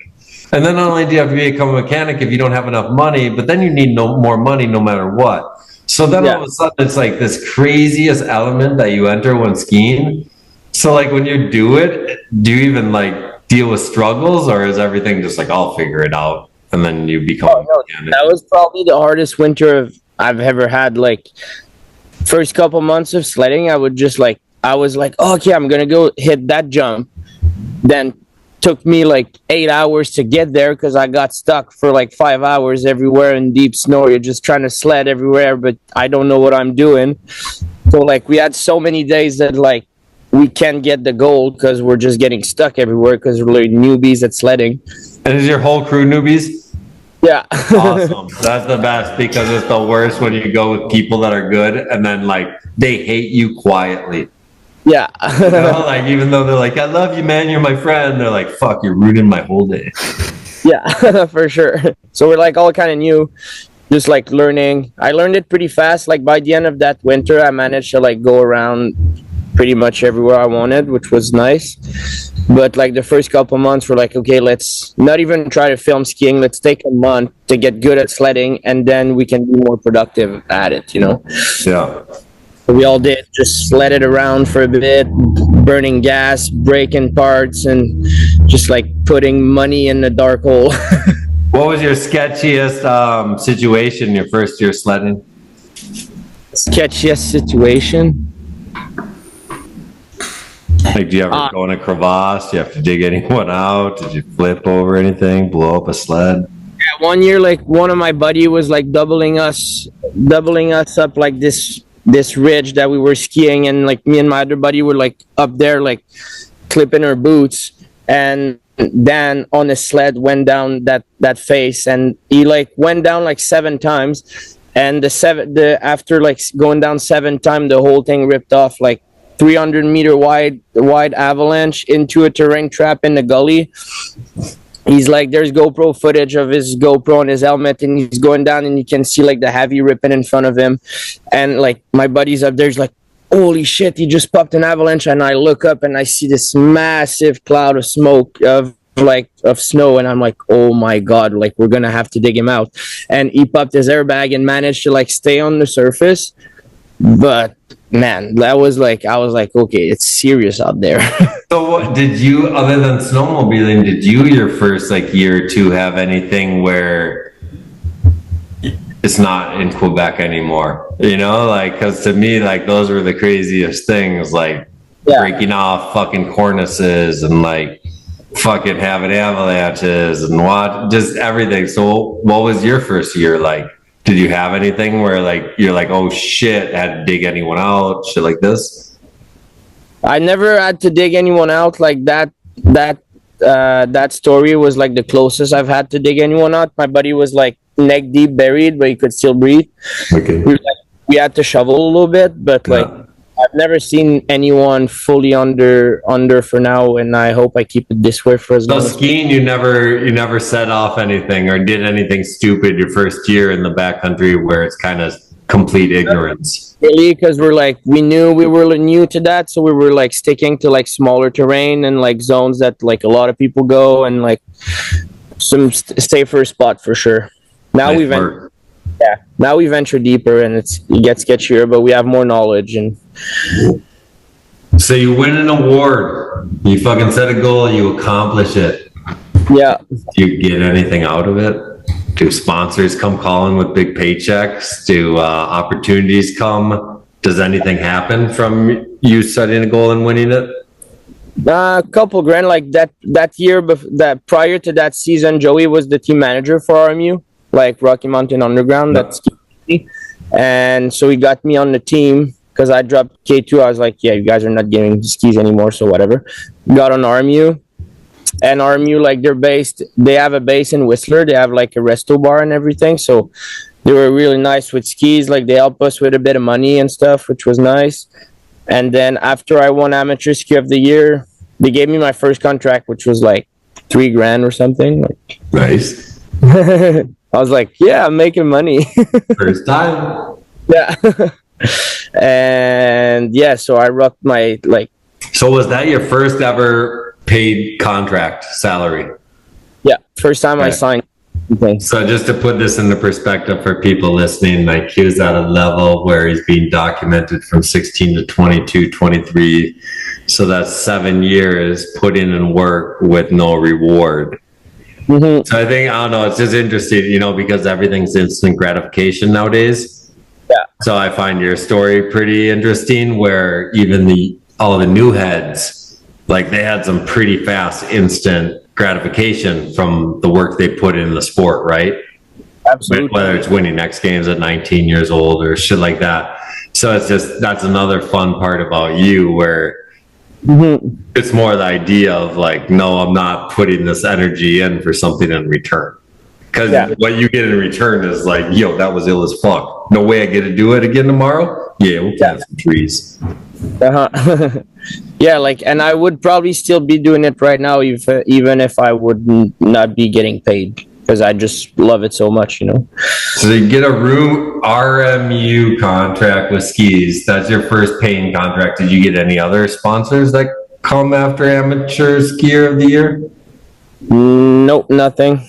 So then now you did that, and it's got to be fun to set a goal and accomplish it.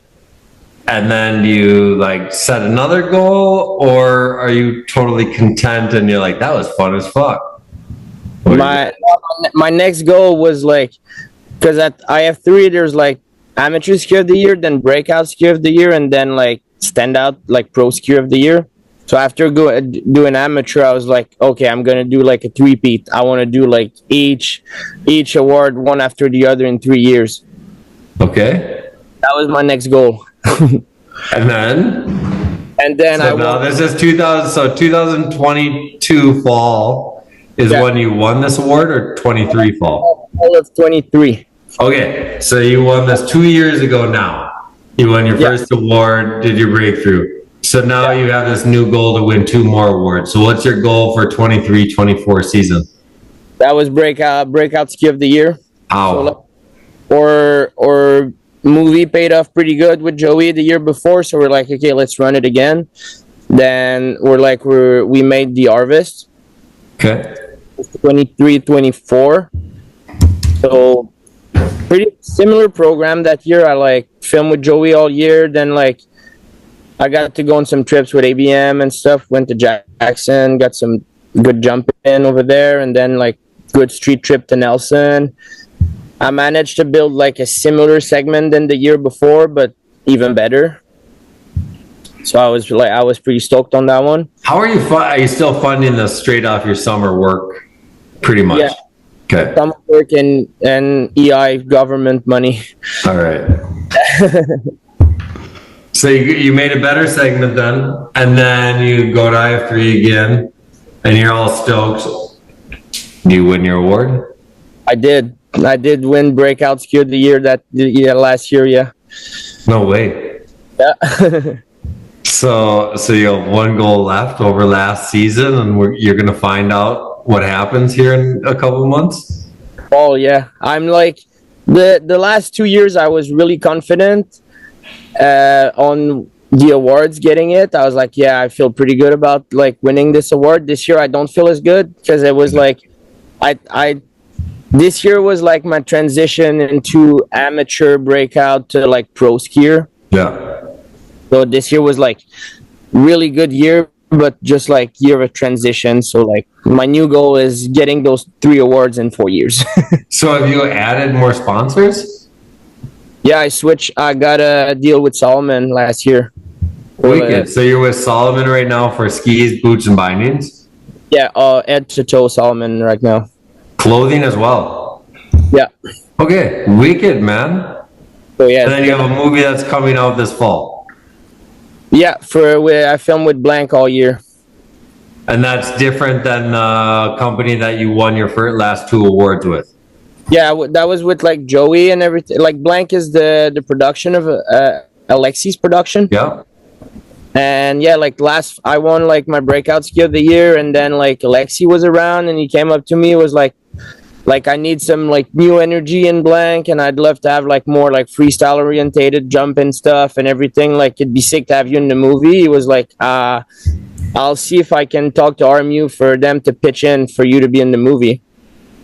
And then the week after, that was in November last year, he went up to France for like the annual like Solomon Mountain Collective meeting and stuff, and he talked to them about me. And like 2 weeks later, I get a random call from France, which is the team manager of Solomon. I like pick it up. I'm like, hey, what's up? He's like, hey, Jacob, would you be interested to ride for Solomon this year and be in the Blank movie and everything? I was like, damn, that sounds pretty sick. Big up Alexi, man. Yeah, Alexi got me on. Alexi made that shit happen for sure. Big up, big baby.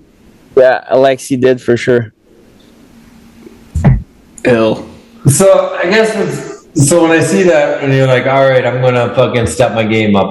I've won that. You set a goal. So what's really ill right now is the biggest thing I preach with everyone I work with, every skier, is goals, right? Because if you don't have a goal, you don't have a finish line. You know, and if you don't have a finish line, well, then you don't really know why you're doing what you're doing. So like, and as long as you know why you're doing, then it's ultimate fun, right? It's fun to do shit. It's fun to party at night, but when it hurts in the morning, you say, why do you do that? But if you fucking like set the goal to fucking be the best at something, and then you are, it fucking feels great when you wake up every morning. So that's why goals are kind of important as far as succeeding in doing this. But like when you do this now, like you're so educated on like where the sport came from, what everyone does. Like, what do you try? Like, you have to try to do something different, right? Like, because when I watch you, I don't see you trying to be Sammy Carlson in the backcountry, and I compare you to the best right now. You know, I don't see you trying to be like Phil Casaubon in the park. Yeah, and so like, how do you, as an individual, like, what are you trying to do when you go to sleep and you like go at a spot? What the fuck? You know, like I know how my guys do their shit, but like, how are you going into it? Like, how do you want to be different? My main motivation is to do like to be the like trying to be. I'm never gonna be the best at backcountry. I'm never gonna be the best at street skiing, but I want to do it all. But you can be the best you, okay? So that's my confidence conversation to you. And that's why I like when I watch you. So say Tanner went off today.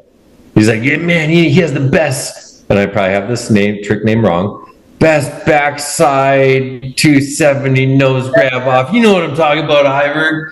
And there's that clip he posted like 2 weeks ago or 3 weeks. You know what I mean? And he's like, he's better than fucking Phil's. And he went off for like 10 minutes.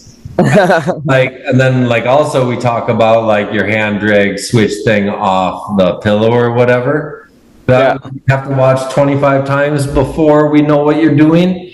So it's like, it's these very interesting things we watch as fans, but I'm curious on your point of view, because you had to have studied the legends enough to know that you don't want to be like them.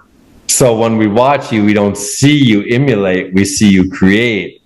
So that's why I'm just curious to pick your brain on it, because like, what the fuck? Like, where's your head at when you're going in an environment that you're a novice in?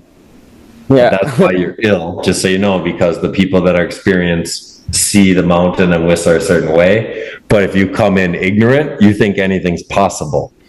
You know, and that's the best part about youth and the sport. Like, it's why I made a movie when I was 20, never filming or never editing, and be like, I'll make the best movie ever. Fuck you. Because you just don't think about what's not possible. And so that's how I kind of watch you in the backcountry.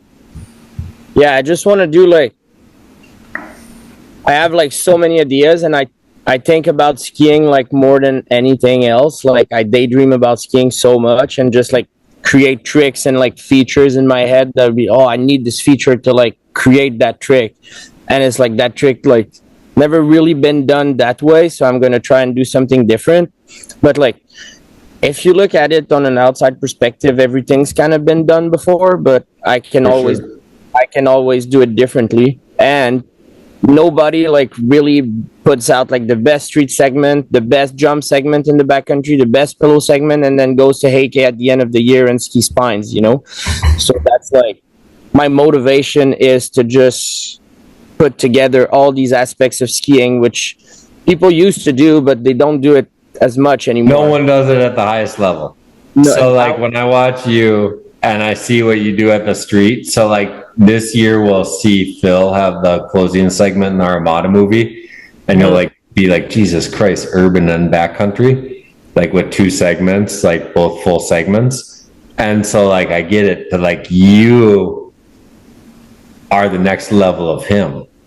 You know, like where it's just like, because no one's done it. Like, and even he has to break it up, and it's been very rare. He doesn't live in the mountain element. Yeah. And you do. So that's where it's like crazy that he can even accomplish that. When he's like, oh, I haven't gone to the mountains for 4 years. Let me go put out fucking 3.5 minutes of shit you've never seen before in the mountains. Yeah. So like when I watch you, I'm just like, holy shit. Because dude, like, imagine Alexi, imagine ABM. Like, those guys don't ever want to go to the urban again. They don't. Like, and I traveled with Alexi all year. I was like, what are the odds you go out and do a street segment? Like, dude, forget about it. I'm never going to. real ever again, you know? So that's why I find you so fun, because, you know, the progression is so much to get away, especially as a Quebecer. You know, every genre, like generation, like JP and Marc-Andre Bellevaux, like as soon as they moved out, they weren't jibbing again, but they were fun as fuck to watch jib. You know, like, and every person that did it, and now Alexi and ABM are the newest generation of Quebecers, where it's like they definitely, and I understand ABM with like head stuff and whatever. I totally get it at a physical level, but I also know, I see how Casabon finds the happiness at age 36 every day by hitting urban. I know, you're right. He's hit his head as well, but he just knows that there's a happy spot when you think about it. Yeah. So yeah, I'm bigging you up on this, because that's where I think no one in your generation is even thinking, why would I do all that? And I can watch you every day. I do park, backcountry, and urban, and I'm just like, all right, he's top tier in each three. So now it's just a matter of how you entertain me. Exactly. Which I'm going to try to do my best. What you got, Ethan? Well, I think you already echoed what I was thinking earlier. With life is so much more interesting when you have goals. Like when you're oriented towards wanting to achieve something, it makes everything you're doing mean something. But if you have no goals, everything you're doing, you know, even though you're still probably learning, is basically for nothing, because you're not oriented towards anything. So, like your story, and I'm sure it's probably much more enjoyable. Your story's so much better when you have goals, and you achieve so much more when you have goals, because you're taking action towards something. So, yeah, the second half of this has been badass. I do have a question for you, and this might ruffle some feathers. What's gnarlier, the backcountry or the streets? Backcountry, 100%. And why is that? Country will swallow you, dude. Yeah. Like the urban, like you kill yourself. Like you fucking straight up, like will hit your head on cement, and like, but the thing is, you can be Eric Iberg walking up a hill all smiling with his camera bag, and then all of a sudden everything sinks, and then a cornice falls on your head, and then the snowmobile rolls over you, and you're fucking dead. Yeah. Like for me it's being able to see things. Like you're in the street, like you're gonna hit a spot. You can spend, if you want to, you can spend 2 weeks just looping around the rail and looking at everything that could happen. But in the back, you pull up on top of a line, you take a picture from the bottom, you're like, okay, I gotta go in between those two rocks, and then you pull up to the top, there's a 20-foot cornice that you have to jump in. You can't see anything. You're like, where am I going? You're like dropping in into like nothing, pretty much. You're just like, okay, I'm open for the best. And your urban is the same. So when you lap it every day for the whole season, that's the speed, that's the rail, that's whatever. Shit, you can look at a line, and if you leave 10 minutes later from the top, your snow texture might be totally melted out or totally different than what it was when you got dropped off with a helicopter, when you climbed up it and you thought you knew the texture. And so like every single thing about it just is like, yo, you ain't nothing, man. Even if you think you're the smartest person in the world, you don't matter. No, for sure. Like street will give you minor injuries way faster than backcountry, I'd say, because you'll just like ride downstairs on your face or something, and you'll get scratches and anything. And like backcountry, you might tomahawk or like whatever you find. But how scary backcountry is just like crazy. Yeah. Damn. Yeah, Iberg, you brought up a great angle with Phil, because Phil's, how old? We always talk about, like he's 36. 36. Yeah, I mean, Jakob's just getting started. That's what I'm saying. Like, that's why I think you're so ill, because it's like, it's really the approach the next generation needs to take is kind of like, it's what everyone should take. Don't be like someone else. Don't try to be the A-Hall. Don't try to be the Sammy. Don't try to be anyone, because the only way you're going to make it in the sport is being yourself. And the only way you're going to know who you are is if you fucking go and do it as much as possible. Go fail, go try new things. And then when you do it, like we're just learning who Jakob is. Just now. But he's been at the top of the game for a decade. And so when we look at longevity in the sport, if you really want to do this forever and you really want to be better every day, take your time. Don't try to be like someone else, and then fucking just try to do something new every day and have fun. Cause like you're the perfect example of it. You know, like that's, if I could teach any kid, if I teach my own kid, it's like, well, what do you want to do today? Oh, let's jump on a tramp. Let's jump on some tramp skis. Let's jump on a water ramp. Let's ride some rollerblades. Let's ride a skateboard. Let's fucking ski. Let's snowboard. Let's backcountry. Let's urban. Because what happens then if you do all this shit, you're always going to enjoy it.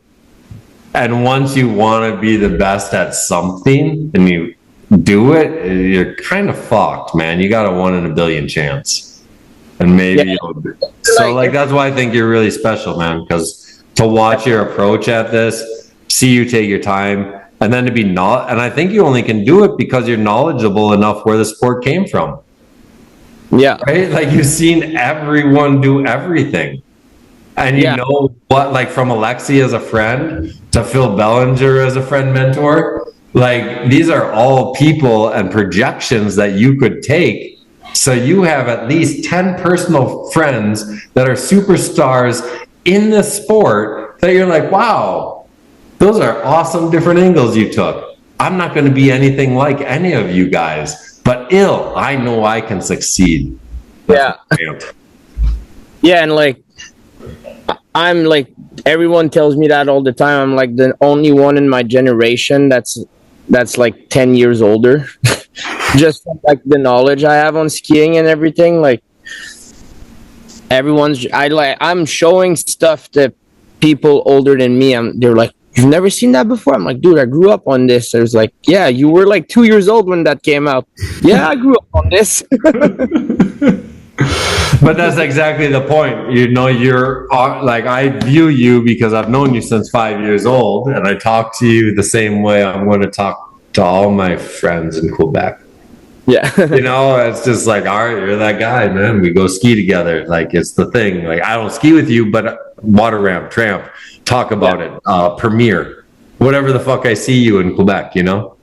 Yeah, but the point is, it's the culture, and then it's understanding like, oh man, the culture's ill as fuck. What can I do in the culture? Powder's epic. Powder is epic, yeah. Dude, but this is what I'm realizing, Iberg. It's like skiing's turning into such a long play now. It is. Look at the average age of the superstars. Yeah. When we look at all the guys who are the best, they're in their mid to late 30s. So when I look at all the guys, like fucking Phil Castellan's peaking this year at age 36. Peaking. Exactly. Urban and backcountry. Peaking. Right? This is what Olympians talk about every 4 years. Fucking Tanner is fucking still at the level at 43. Candide could still fucking dominate. Henrik 33. Fucking Kai Peterson as a kid that's in BC. The fucking ill is 36. He's only going to get better. Yeah, Kai Peterson's going to peak as an alpinist snowman at age 45. Yeah, I like live in Whistler now, so I don't see what Phil does anymore, but I see Kai going every day, and he's like skiing every day harder than he's ever been. The best. And he's the exact same age as Phil. Yeah. So my funnest part in life is Kai Peterson and Sean Pettit, who I worked with since 13 and 11, are the same age as Henrik and Phil. Whoa, that's crazy that they're the same. Kai's the same age as Phil. Yep, and Sean's the same age as Henrik. And there's those ads of Kai as like a little grommet in those rails. Yeah, and Sean dominated. When Sean was 11, he's the same age as Henrik. Henrik wasn't shit at 11. Yeah, that's crazy. So it's really fun to watch because, you know, because now Henrik and Phil will be longer. They got to learn from what Tanner and Candide did. And now people like Jakob are going to learn oh man, how do I stay longer? Well, you stay longer by learning more things. Yeah. You stay longer by not trying to tell people, fuck you, pay me. Because ain't no one special, dude. Everyone's pretty fucking awesome at skiing nowadays. Dude, there's so many good skiers. It's mind-blowing. Mind-blowing. Everyone's good. So the only way you're going to be paid and on a poster, not in a magazine, but whatever the fuck it is that's cool nowadays as a pro skier, you gotta be something something different and something beyond special. Yeah, I think it's not like how good you are, it's how you do it. Yep, I agree 100%. Because everyone's good. Everyone. Yeah. Like, think about how many kids you grew up with skiing that you're like, yo, he was so ill. They're like, dude, there's so many of my friends growing up that they're like way better at skiing than I am, but they just didn't have the vision and like to keep doing it. Even think about how many of the kids that you thought were the illest that just went to college. Yeah. Oh yeah. Right. Like that was, to me, I grew up, Zach Mertz, big up Zach Mertz, still skis every day, 46 years old, Minnesota. But like, but created real life. It's like he was the best. Yeah. And then it's like, as soon as he went to college, he had to get serious. Now he still can do all the dope tricks. And he's at 46, 47, still rides the tow rope at Highlands, still does all this shit. But he was the best. He made Tanner look like shit when we were 18 and 19 and Tanner was 15. This is what's happening, though. It's turning into like the doctor timeline, where you go to school with people, you hang out with people, you're 22, 23, getting your first job. All your friends that want to be doctors are like, I'm in school for another 8 years. I'm not going to be getting a paycheck till I'm in my 30s. Like, that's what you kind of have to expect from skiers these days. It's like, okay, you're not going to get a solid paycheck until you're in your 30s. And that's a huge ask. But it's like, listen to his formula. If anyone's listening to this, like, he loves it so much, he figured out how to supplement. Now, we could yell at the ski industry all day long and be like, fuck you, pay these guys. But he's taking the approach to be like, I want to ski next year. I'm not going to say, fuck these guys that don't pay me. I'm going to figure out how I can ski next year. But so what's going to happen here, you have to do it before the next revolution, is we're going to weed out all these people that are trying to get paid because they don't really give a fuck about our sport or creating. They do muscle memory tricks.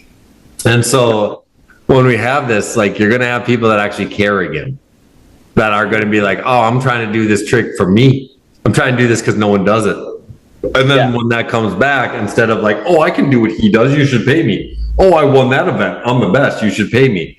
Like, it's like everyone for the last 10 years plus thinks they should get paid because they can do what someone else did that got paid.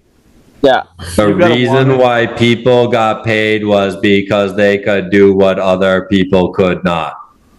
Yeah. And also back then, like, you go back 20 years ago, there was like, what, like 40 pro skiers or like something like at most 40 for sure. 2020, 2005, probably 40 guys that made salaries. And now there's what, 5,000 pro skiers? Like, yeah. But what's a pro skier once you get $100 paycheck? Yeah, I don't know. Yeah, that's a hard question. What's the status of pro skier? Dude, you gotta really want it so bad to make it to like a Phil Casaban level these days. You have to work that hard. You know, like even him, he had to go backwards, right? Like it was no Tony Hawk shit where Tony Hawk, like, skateboarding died in the 90s. But I mean, really think about how big Phil was in 2010. Yeah, Phil's every person in the fucking country bought that Araj yellow jacket. Every person in the country bought the Oakley goggles. Every person bought Armada skis before he had a thing. So the homie was like a super baller. 2015, 16, he don't have a clothing sponsor. Henrik don't have a clothing sponsor. Like, you know what I mean? Like, it just wasn't there. So it's, I don't know. Like, we had our down period. So like, yeah, we can say like Phil's the standard. But Phil and Henrik are creating the standard of showing that you can still participate at a high level, love it, and be an individual, not just turn into some team manager bitch that fucking produces videos. Yeah, for sure. You know what I mean? Because that's all we've ever had previous in our sport is guys that took jobs with the companies and then did a little extra, but didn't push the sport. So Phil and Henrik are the first generation that are pushing the sport every fucking day at that age that aren't trying to get a job at their companies. Here's a stand I'll take. If there's a skier out there that, you know, he wants some recognition but isn't like living, breathing, dying skiing, get your free pair of skis and get out of the way, because there are like 5,000 pros these days, and probably 2% of them actually want to make an impact on the sport. Like, just get your fucking pair of skis, get some free swag, walk around, put in your Instagram bio, and stay out of the way. Don't take up any budget for these projects that you want to be half a part of. Just get out of the way for the people that actually want to like be part of this, because there's so many people that are just kind of like around. They're just around, and what are they doing? They're not really doing anything. They're just getting free shit. Yeah, and like there's so many skiers now. They're like Instagram or TikTok skiers that take so much budget from companies just to put on like a basic rail clip in the park, and all they do is ski park. Like, no hate on, I love those guys. Like, I have like a bunch of friends like that. I like these people too as people. It's just annoying, like the amount of effort we put in a season to create a segment like filming backcountry or street skiing or whatever, and then people get paid more just to lap park all day, all year. It's kind of frustrating at this point, you know. Yeah. Well, no, it's got to be about, because you guys, so skiing, like, we're the original content creators, right? We made movies and magazines. So we're content creating. That's what we did. That's how our sport got created, off content creation. And so, like, to watch it now, but we were so fucking anal about, like, oh, did he grab that whole video clip? Did he land it? Don't shoot it from behind. Oh, did he land that still photographer shot? But like now it's like, as you were just talking about, like, you have these people that are taking the money, but they don't do shit. Because I talk about with Tanner all the time, and it's like, yes, we get it. Like, they have a huge following, and then they can sell a bunch of your product. But is that like why we created our companies? You know, did we create our companies just to sell product? No. Nah. Like, and so no one did. And I get it when it gets to a corporate level, but it's so wild to watch, because when you watch the companies that were created off kids that died, kids that have almost killed themselves, and then all of a sudden some kid is like, let me drugs, really? You want to learn it? And then that kid gets more money than a guy who's an icon. Yeah, I know. And so it's a really hard thing to navigate. I can't imagine you as an athlete, because to watch like the old people and myself even conversate about it, it doesn't make sense, especially because our sport was grown off people passionately caring about each other and like judging each other for what's cool. And now all of a sudden we see all this shit that's super uncool, but then we all have to say that's cool because it sells shit. And then if you say it's uncool, you're a hater. And like back then you had like strictly park, like you had only park skiers, but park back then was just like 150-foot long fuck off jump that people could die just doing 260 on it. And now like the park skier has to do a 2P2 on a like 20-foot down rail, and he's pro pretty much. Just like thinking about like the park shoots back then and everything, like some clips of Tanner doing like 270 critical, like going 200 feet in the air on a hip, and it was just like, you don't see that anymore. No, you really don't. The park stuff is like, I get it, it's relevant, it's what the majority of the consumer does that buys a twin tip. But at the same time, you guys that film and do all this stuff are superhumans. So we don't need superhumans to like try to be equals to the consumer. You know what I mean? Like that. If so, like, forget Alaska. No one should ever go to Alaska again. Yeah. You know what I mean? Like, if we're really like, but the whole point is where you guys sell dreams, and you're these like circus acts that go and like show rich people that like, I wish I could flip like this. I wish I could ski like that. Yeah. Because that's the consumer. And so once you like dumb down the marketing to it, no one wants to be the 2-on, 2-off, learn how to do it guy that has 300,000 followers. They want to be the guy that's on super 16 millimeter or 8K doing something in Alaska. Yeah, I think like that's the old mentality. At the same time, like I don't like that, but the Instagram park skier is so much more like reachable for the general public, though. That's why they get so much following. But it puts you at equal, right? So this is where you are as a skier. You need to figure out how not to be that person. Yeah. Right? So that's why it's super fun, because you know what makes you popular. Oh, did you make 3 posts this week? Did you take your sponsors?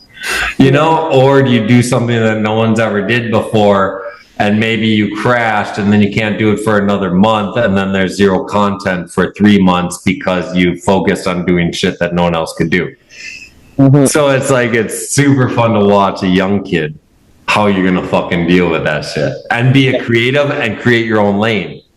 Because like every kid knows if he posts more, he has a longer time period with that sponsor. For sure. Right? Yeah. But if you focus on yourself and becoming better, that sponsor might hate you.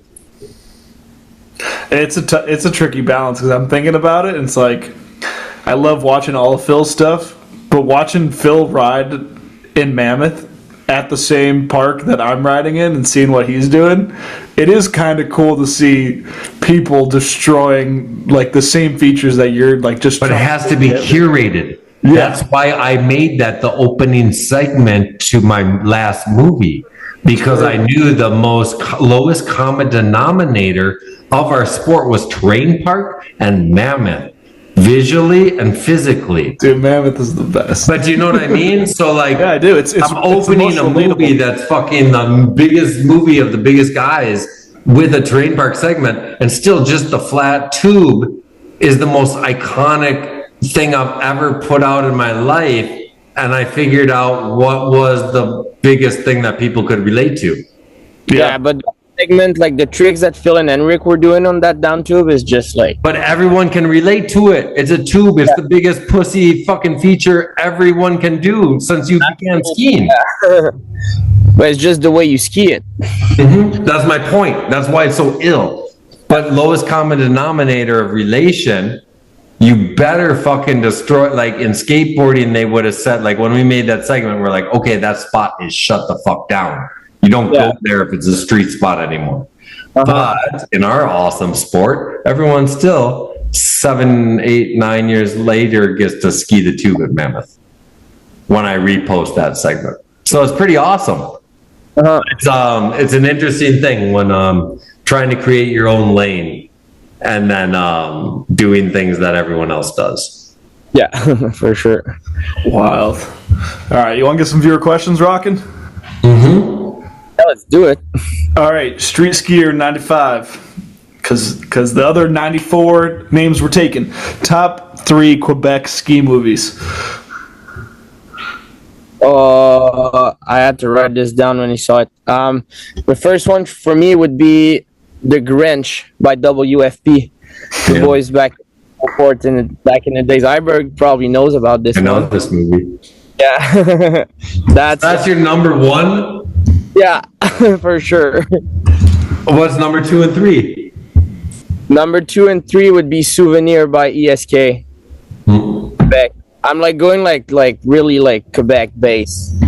Like that's what he asked.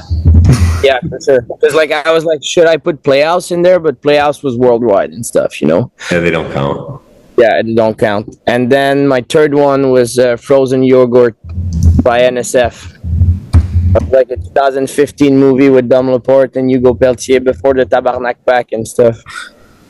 I gotta watch that one. I think I saw it and I couldn't find it or something. That's a crazy segment at Avila, like a park shoot segment. That's fucking awesome. Dope. I just wrote down all 3 of those. I'm gonna look those up after.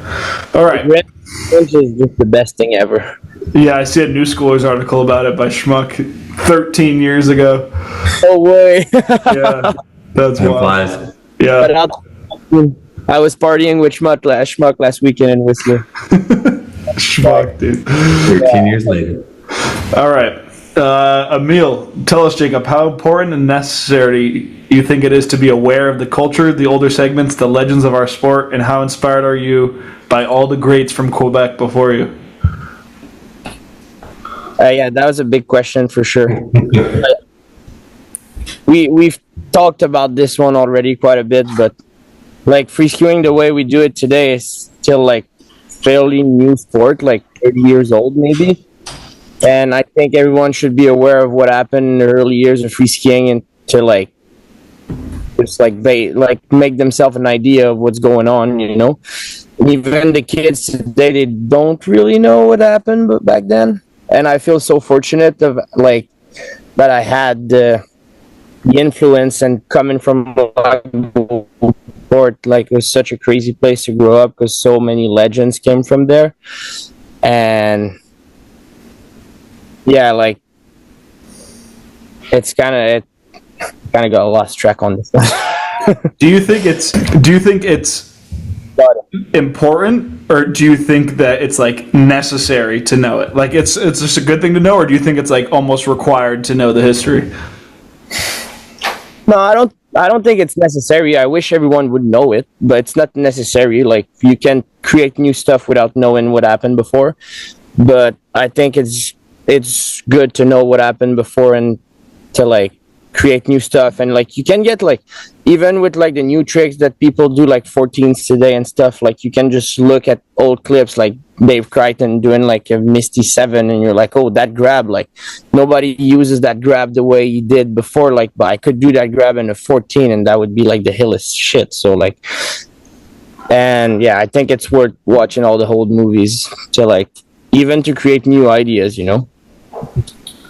Yeah. But I think for kids it's kind of hard to watch the whole movies because it's not as like it doesn't like catches your mind as much as what we watch nowadays. It's just They're so slow and long. yeah, they're so slow. It's like an hour and a half of just like people just sliding end rails down to forward. But if you can appreciate that, big up yourself. No, but yeah, you can't appreciate it as ski porn. You like honestly, that's why like this show doing this has made me appreciate those old movies so much more because you see a shot that objectively you're like, that shot's so fucking boring. Why do I care? But if you know the backstory and you know like what led up to that shot even being possible, and like why, you know, just a handrail to switch was cool at one point, it makes the whole thing so much more just completely way more entertaining and like informative, and it's so much better when you have the context.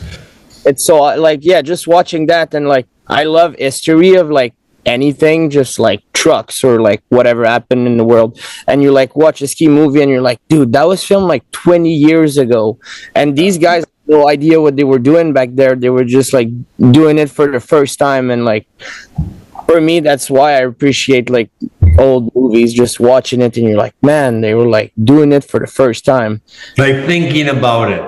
Like dreaming about it. No slow motion rewind on fucking YouTube. yeah, it was For a just movie. mail and you're like, if you fuck up it costs us money. Well, it's just your season, right? Yeah. So imagine, man, like as a pro skier for the first like 6 years, like you had to dream about even Henrik. Let's go to all the way to 2013. He Yeah. dreamed about a nose butter triple every day. He never did one. So he had to invest that. This is all the way till 2013. Since the beginning, 98. He had to dream about it.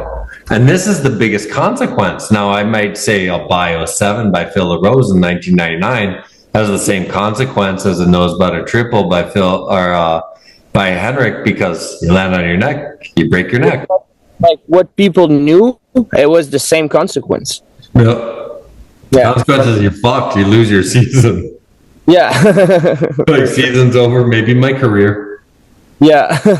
So it's fun. Like I think that's, you know, if I can say anything, the thing about the older stuff, like, you know, just to appreciate it, because I always bugged out when people are like, oh man, all you had to do is a 720 when you were back in the day. I could do that.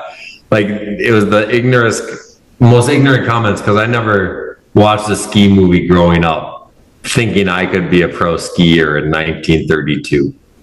Yeah. You know, like when I watch ski movies from the 30s or 40s or 50s or whatever, I just thought that was cool art.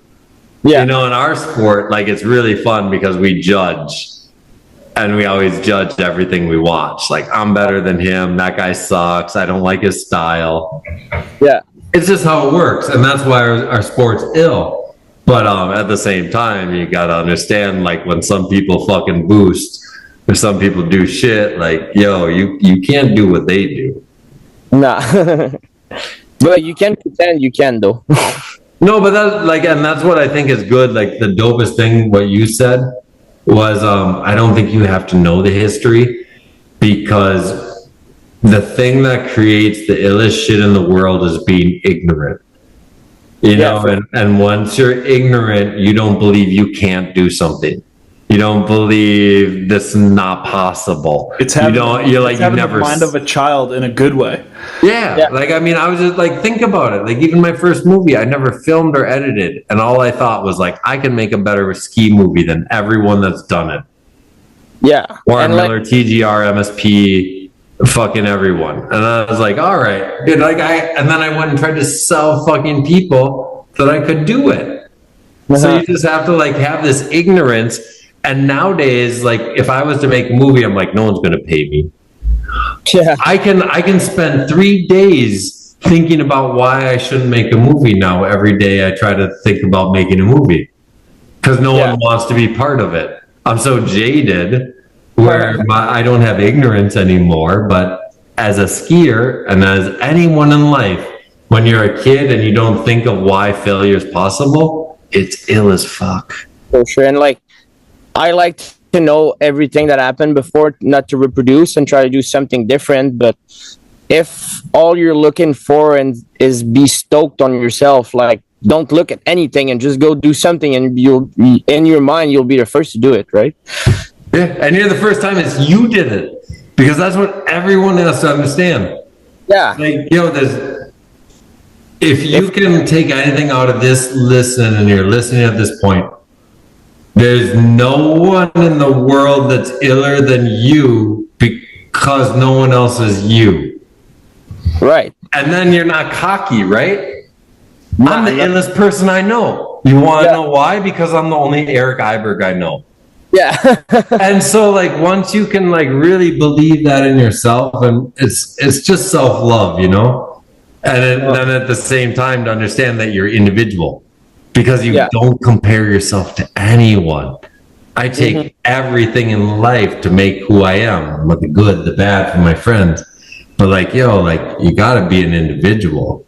So it's really good to know everything, but, like, man, big up the youth if you're listening to this. This is your first show you ever listened to.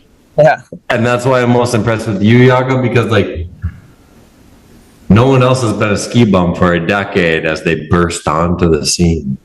Yeah. Do you know what I mean? No one. Yeah. Like, if I didn't know you since you were a kid, you'd be so fucking ill to me.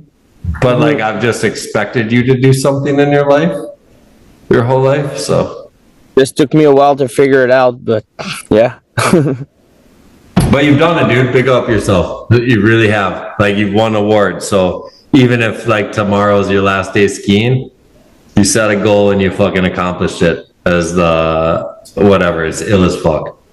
Yeah, believe me, it won't. I'm just getting started. Love it. Hell yeah. All right, we'll bang out a few more of these, even though that would have been a beautiful way to end. How much you spending these days on your sled in repairs and parts?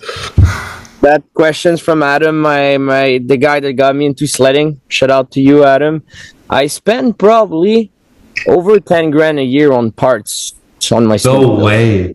Yeah. Do you think this is normal for a snowmobile owner? No, I sled more than most people. Like, most people put like let's say 2,000 kilometers on a snowmobile in a year. I put 5,000 last year on mine. Okay, so what I learned about BC people and Alaska people, you're all about modding. Do you mod your sled? Not at all. My sled. No, so you're fucking spending 10G and just fucking it up? Yeah.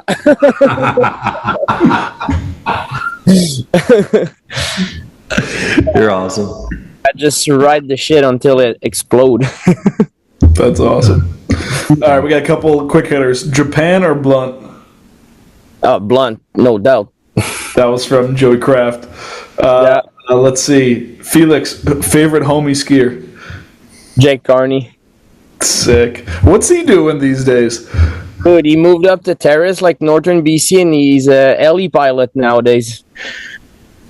Yo, tell him to if he's interested at all. We'd love to have him on the show. That'd be sick. Dude, I'm sure he's hard to reach, but I'll tell him. Literally, we can make pretty much any time work. Let me know because we've gotten a lot of requests for him actually.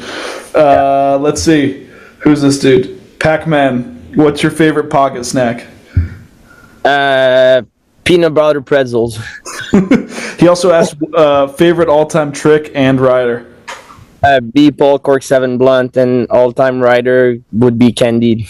So sick. I love Candide. Oh yeah. Okay, what's this one in French? Oh man. Okay, yeah. Let me grab my. I remember which one you're talking about. Damn, yeah, that was funny. I think it's like, how many hot dogs can you eat or something? Like, yeah, how many steamed hot dogs can you eat in one go? I don't know. I'm not a big eater, so like I'd probably say like 4. Nice. And I'd die after 4. On my English translated version, it says, "How much steamy are you able to line up?" It's got 12. It's got 12 likes. So I had Quebec, like Quebecer translate on Instagram is it's fucked up. Yeah, that shit don't work. That's impossible. Yeah. All right, last one we'll do. Felix again. What's your dream project? My dream project is a 10-minute solo project with just, like I was saying earlier, like showcasing every aspect of skiing I can do, and no talking, just like pure like ski porn with banger music. That would be the dream project for sure. So you're gonna go for that this year? That's the plan. Yeah, you got the camera, you got the fucking plan to be Sammy C. I'm working on it. Good. Yeah, that's the plan for sure. All right. Well, Phil Belanger wants to know if you're ever going to come back to Quebec, or are you just going to live forever in British Columbia? Oh, did you reach out to Phil for him to ask you that? Yeah. Oh, he's sick. I'm not planning on it. No. Every day, like I spend here, I'm like, dude, this place is so awesome. I can't imagine moving back to the suburb of fucking Lac Beauport where people care about what clothes you wear. I mean, I love it there. Like, I'm gonna go back there in a couple weeks for like a couple weeks, but yeah, just everything I like to do, like being in the bush, skiing, like hanging out. It's just so awesome around here with the mountains and everything. Like, I don't see myself going away for sure. But to put it in perspective for Ethan, man, Lake B is turning luxury. Lake B is a mini Aspen nowadays. The guy who owns Le Relais is like one of the wealthiest dudes that owns the Quebec Festival. Like, the whole vibe in Lake B is different a little bit. So mountains are pretty nice. It's still my home though. I love this place to death for sure. Yeah, no, I love it too. But I'm just saying, like, if you are from outside, like even outside of like as a Quebecer, Lake B has a vibe. Everyone has an opinion about Lake B. Like most people, like you're like going everywhere in Quebec. They're like, "Where are you from?" From like Beauport. So they're like, "Oh, so you're rich." That's my point. I'm trying to tell to Ethan, like, it's this very weird, not Aspen, but everyone. So, but all these generation that Jakob grew up on younger aren't part of this wealthiness. It's part of opportunity, right? Like everyone, like they didn't grow up super wealthy, but this town now is known as like Aspen shit. Oh yeah, like NHL hockey player just buy. Yeah, like Patrick Waugh had his place on the lake when I was a kid, or not a kid, but when I was your age. So when I would go, you'd be like, "There's Patrick Waugh's house." Well, we like paddled out from Thomas Renfred's house, but one house is 60,000, and then Patrick Waugh's house is 30 million. So like that difference is gone now. But it still existed when Jakob grew up. because you could move in there, buy a condo for $50,000, live and support your family in a nice way. But nowadays, crazy. The same thing happens in Vermont. Like once you see out west, and then you're like, hold up, people are renting condos at Stratton for $40,000 a month during the season. What the fuck are you guys doing? Just fly out west. Like why? I don't know. It's not that level though. There's no tourism, so that's why Lake B is so special. It's like one gas station, you know. So even though they're special and known as wealthy, they don't do tourism. It's just a small town that's special. So like I don't know, it's the most unique That's kind of place. sick. I grew up in a place that's the same, but my town is 45,000. Yeah. And so it's different because I'm American, but I don't know, that's why I was good friends with all these kids, because to me it's the same place I grew up. Yeah. Yeah. All right. Well, that's any more from Phil? No, that was his thing, because you always have to ask a Quebecer, because most Quebecers don't ever leave. If you ever look at the fucking track record of Quebecers, like it's very rare that they leave. ABM and Alexi are very rare. They're less than a 10% of pro skiers, right? Look at the Gagnes, look at the Phils, Vinny, JF, JP, Falou. On and on and on and on and on. No one leaves Quebec when they're ill as fuck in our sport. Yeah. So. Well, yeah, it depends like your interest in skiing and stuff. But I'd say like if I want to build a family or something, like Quebec would make more sense than Whistler for sure. Yeah, unless you have like $8 billion and want to have them have a shitty school and no sense of community. But I would have to say I've seen some awesome stuff, like Kai's little sister. Like she's figured it out pretty well with her family, and like I've been watching a couple people around Pemberton and Squamish. Oh yeah! I'm like, wow, you can still do it. I didn't think that you could still bring a family up there. You have to work hard, but you can do it for sure. Yeah. Fucking wicked, man. I don't know. I don't think I have anything else other than I want to say, man, big up yourself on everything you do. Like, I think it's so wicked. Like, you have to look at yourself as a year number one guy. Like, I see honestly where you're going with this sport. Like, I'll still say it. I say it every day. 2028 is the next revolution. And so it's like everything works on a 30-year cycle. So when I see your projection, I honestly see you being a leader of the next revolution. Like I saw someone like JP in 1996 or JF in 96. Because I view this as a time period where everyone's lost. Everyone thinks that there's a certain goal that they need to achieve. And it's just like 1995, Mobile Aerial, Sabelle. And you got all these guys that think they know what the direction is. But it ain't it, man. There's other dope shit going on. So big up yourself, man, on everything. Appreciate your time. Yeah. Most Anytime. Yeah, thanks, dude. It was really nice to meet you. I hope to run into you out there at some point, wherever it may be. Yeah, come out west. Yeah, I mean, I'm just visiting back in Connecticut, so hopefully I'll be spending a lot of time at Mammoth this season. Mammoth and Big Bear. Iberg. It's going to be my California season. So. Big Bear, man. You're going to get all fucking Mexican, start fucking putting a fucking blade in your boots. Raiders. So I'll wear a Raiders hat while I'm skiing.